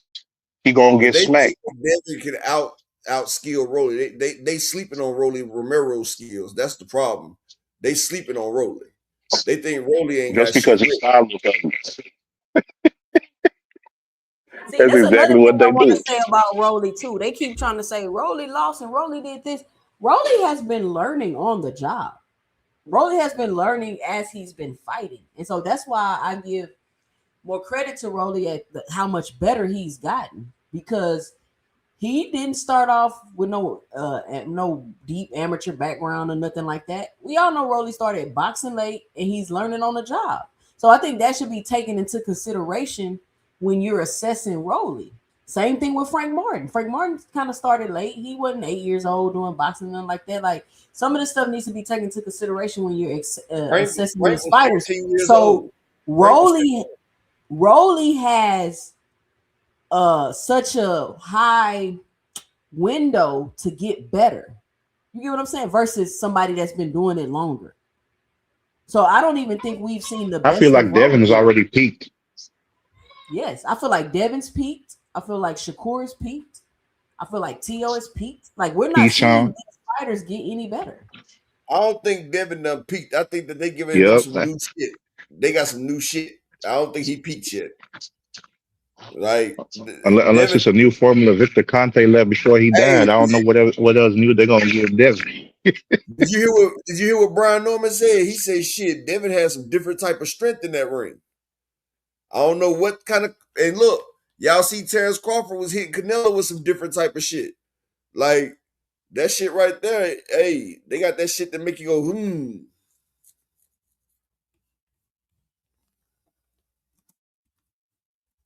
I think the knockdown for Brian Norman, he just wasn't expecting it, and that's because it was fast.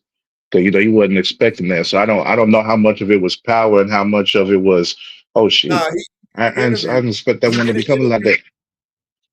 Now he did an interview. He said Devin had a different type of strength than he thought. And you know Devin was about 175 pounds in that ring too. Now he was way bigger than Norman. Yep. He was a light So, man, hey, if people had to fight it, they now wait doing them in the day. Wouldn't be there.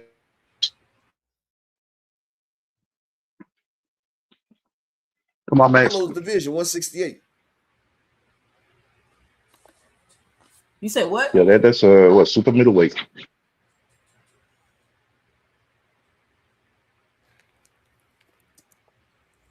I don't know. We're just gonna sit back and watch them. I mean, we don't gotta stir up and have all these narratives. And I just think it's crazy. Y'all really pumping y'all chests and talking about Tank still ducking Devin and he's scared and all this other stuff.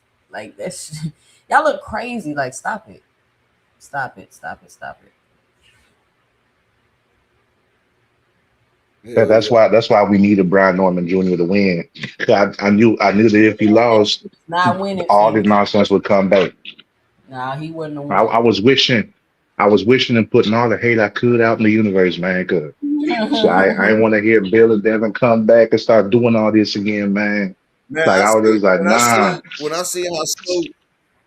I see how slow Brian Norman was, I said, oh shit. I said this about to be a Regis Prograde Part 2. I said this nigga slow. Huh? We kept saying that. It's gonna look like Reed. Yeah. Because I said if Devin's back to his old self, he gonna do Brian Norman like Regis. Like Brian Norman is slow. I said that with the Nasir Albright fight. Like, I mean, no, Quentin Randall. The Quentin Randall fight. Quentin was on that nigga ass.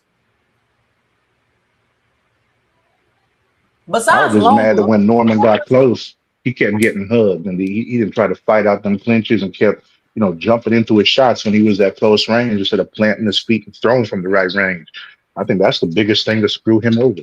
Because if he wouldn't have get caught up in them clinches, I'm mad at that. His fundamentals were terrible, and I pointed him. I was saying before the fight, like he don't have he don't get his head off the line. He lunging the shots. His feet is trash. They're gonna box circles around him. He smothers his action. He smothers his shots. Like he was not nowhere near ready for that fight. He wasn't. But I mean, it is what it is. I get it. You got you a big payday coming. They got their $3 million. They got the $3 million. Because Brian was gonna lose that belt. We knew that. Brown was gonna lose that belt. He wasn't gonna have it for that much longer. And then y'all still think, and then what was crazy is the Haney fans is still saying we don't know if Boots can beat Brian Norman. We got to see the fight. I don't know who they look at when they watch Boots fight. Man, if they thought Devin Haney did a masterclass against Norman and Ramirez, I don't know what they're gonna call it if they ever see Boots fight Baron Norman.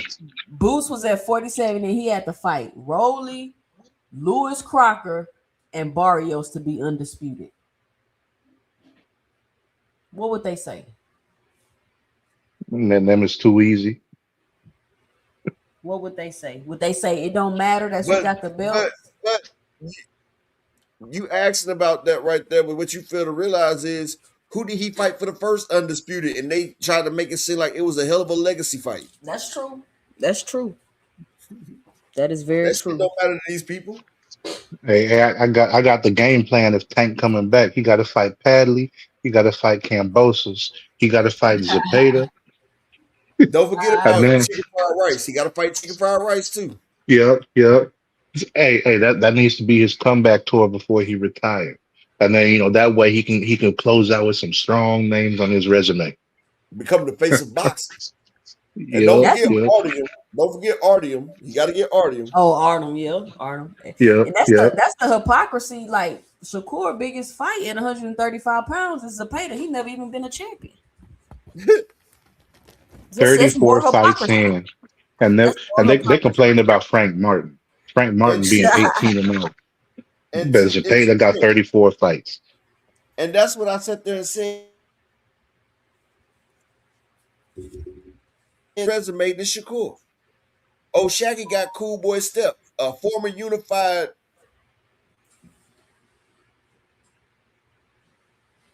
Shakur ain't got that. No, he doesn't. He doesn't.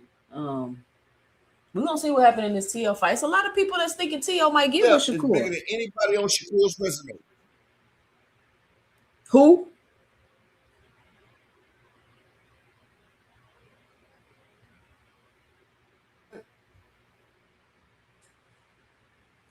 Oh, yo, I got to roll out, but I catch y'all on the Discord.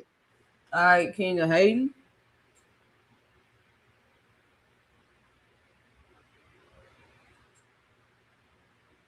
Oh, no problem. You done? All right, plan anything else to say 2 cents?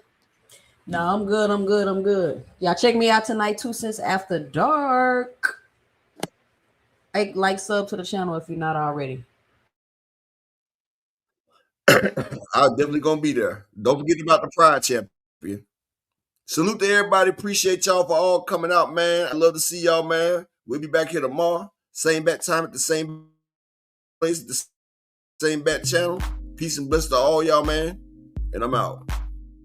They want that smoke, bitch, I got it for 'em. They want that smoke, bitch, I got it for 'em. They want that smoke, you know I blow it. They call me Sunny Monster for a reason. I'm really dripping, leave a nigga bleeding. I get to squeeze and leave a nigga. They want that smoke, bitch, I got it for 'em. They want that smoke, bitch, I got it for 'em. They want